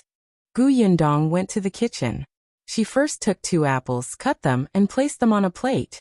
She handed them to Gu Yunka, who had followed her in. Bring them to the central room to eat with brother and mother. What's this? The little girl looked curiously at the moist apple petals in a circle, and reached out her little finger to touch them quietly. Gu Yundong was charmed by her cute actions. She picked up a piece and stuffed it into her mouth. This is an apple. It's delicious, but it's a little expensive. You can't waste it, understand? Gu Yunka took a bite. It was crispy and juicy. It was even sweeter than wild dates. Her round eyes immediately lit up. She quickly grabbed it with her small hand and bit it bit by bit. Go. Gu Yundong nudged her. The young lady carried the plate and went to look for her brother. Gu Yundong rolled up her sleeves, washed the rice and cooked the rice. She stuffed 2 large sticks of firewood under the stove. Only then did she go and wash her hands. She first prepared a cucumber and made a cold cucumber for a refreshing dish. She did not dare to add spicy seasoning. Children could not eat it then. Then she cut the eggplants and took half a piece of meat to chop it up. She made a minced eggplant dish. Then, she cracked 3 eggs and steamed a large bowl of steamed eggs. She sprinkled some green onions. They were yellow and green, and the colors were bright. Just looking at them made one's appetite rise. Then, she started to roast the braised pork. She had bought streaky pork that cost 25 copper coins a catty. The meat in the prefecture capital was also especially expensive. Gu Yundong knew how to cook since she was young. When she was alone, she would reward herself from time to time. Although her culinary skills were not as good as a chef in big restaurants, they were not bad. Therefore, when Auntie Ku entered the door, she smelled a rich fragrance. It was so fragrant that she subconsciously swallowed her saliva. She followed the smell to the kitchen and saw the busy Gu Yundong. Then she saw a few dishes on the dining table beside her and could not move her feet. Gu Yundong turned around and saw her. She wiped her hands and said, Aunt Ku, you're back. Rest for a while. I'll cook some soup and we can eat. Auntie Ku tried her best to look away and said with a straight face, It's still early. Take your time to cook it. I'll just eat some noodles alone. It'll be quick. Gu Yundong smiled. You're treating me like an outsider. You spent so much effort to make dinner for our family of 4 yesterday. How can I let you eat noodles alone? Let's eat together later. I counted you in when I cooked. If you don't eat, it will be a waste.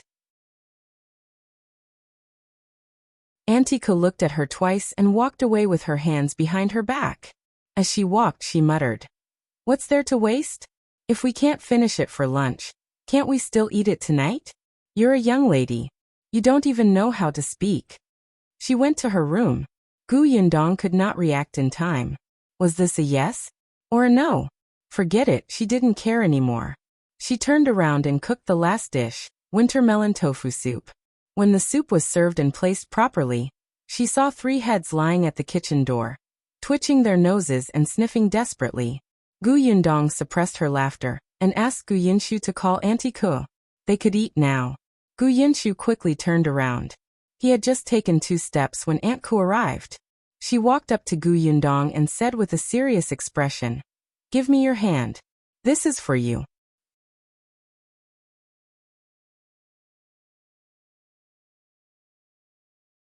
Chapter 37.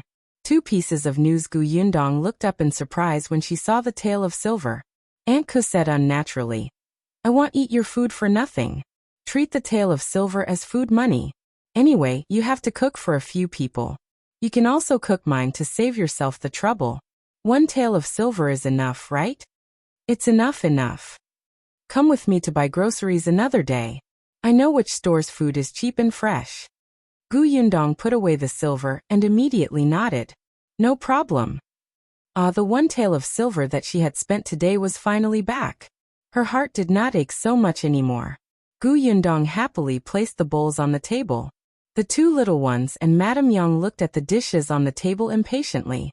Big sister was so amazing. They had never smelled such a fragrance before. Gu Yunka took a bite of the steamed egg. Her face seemed to be glowing as if she was intoxicated. It's smooth and delicious. Gu Yundong looked at her and felt a little sad.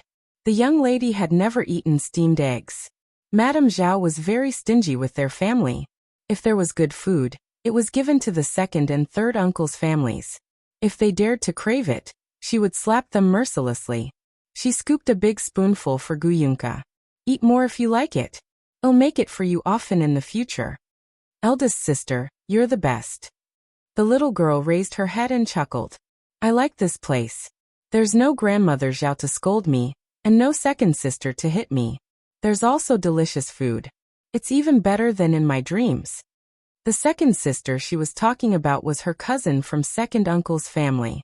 She was a year younger than Gu Yundong, but she was arrogant and domineering. Seeing that Gu Yunka was pink and tender and prettier than her, she often pinched her. The little girl cried and ran to look for Gu Yundong. The original host Gu Yundong was a crybaby and weak person, but she still helped her to reason with the girl from second uncle's family. In the end they quarreled. Mrs. Zhao immediately slapped her, causing her ear to bleed. She lay on the bed for a few days before she recovered. The young Gu Yunka was frightened. From then on, she did not complain anymore. She cried silently when she was pinched. In the end, she simply stayed in her room all day and did not go out. Now that Madame Zhao and second sister were not here, her personality gradually became cheerful. Gu Yundong's heart ached, but at the same time, she was very gratified. She felt that making her family members' 3 lives better gave her a sense of accomplishment. Gu Yunshu and Madame Yang also felt sorry for Gu Yunka. They each scooped a spoonful of steamed eggs for her to eat. On the little girl's left was her eldest sister, and on her right was her brother. She felt so happy and stuffed her mouth with food. She was very happy, and Gu Yundong could not help but want to pamper her. Not only her, but Madame Yang, Gu Yunshu, and Aunt Ko also praised her culinary skills endlessly. They ate all the dishes. They had never thought of such a life before. Gu Yundong also liked such peaceful days. The only thing she was worried about was that the money was decreasing bit by bit. Fortunately, 3 days later, Nyetsong finally appeared at the entrance of Aunt Kes' courtyard. Moreover, he had brought her 2 surprising news. When Nyetsong saw Gu Yundong again, he almost did not recognize her. Was this really that little girl with disheveled hair and ragged clothes? She was actually so good-looking? Gu Yundong ignored his surprise. She held out her hands like a debt collector. My silver. Yes, the voice was very familiar. It was definitely her. Only then did Nyetsong take out a banknote from his money bag.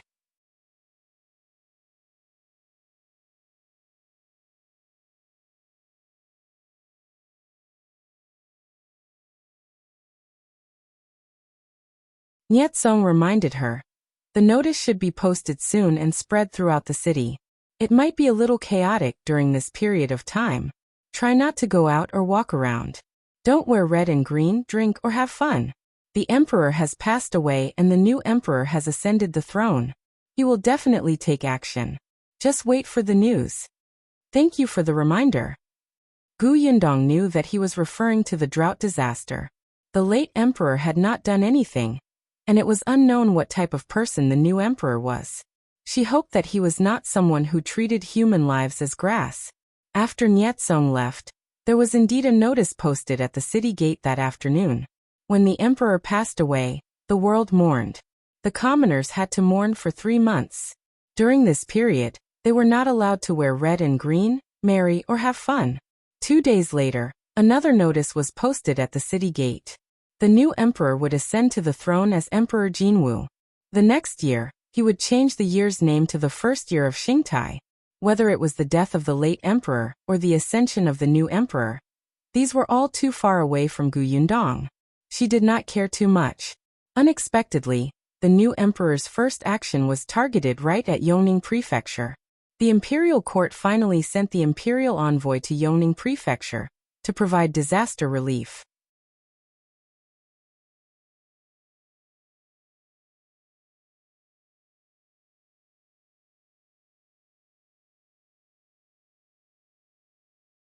Gu Yundong closed the courtyard door and placed the vegetable basket on the stone mill at the side. Only then did she explain the contents of the notice.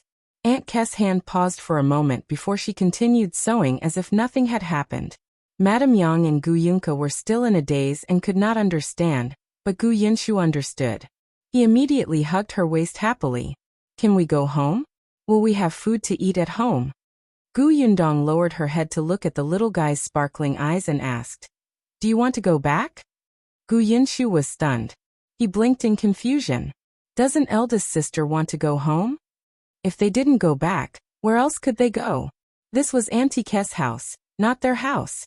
People couldn't live in another person's house for the rest of their lives, and the rent was so expensive. Gu Yundong patted his head. If go back to that house, we'll have our grandparents, second uncle, and third uncle's family. We might have to serve them forever and never be able to eat the food we ate 2 days ago again. Gu Yinshu suddenly thought of the past, and his expression changed. Aunt Ke cast a sidelong glance at Gu Yundong. She was trying to scare a child. How shameless. Gu Yundong pretended not to see it, and continued to bewitch him. Besides, do you still remember why we couldn't split off from the family?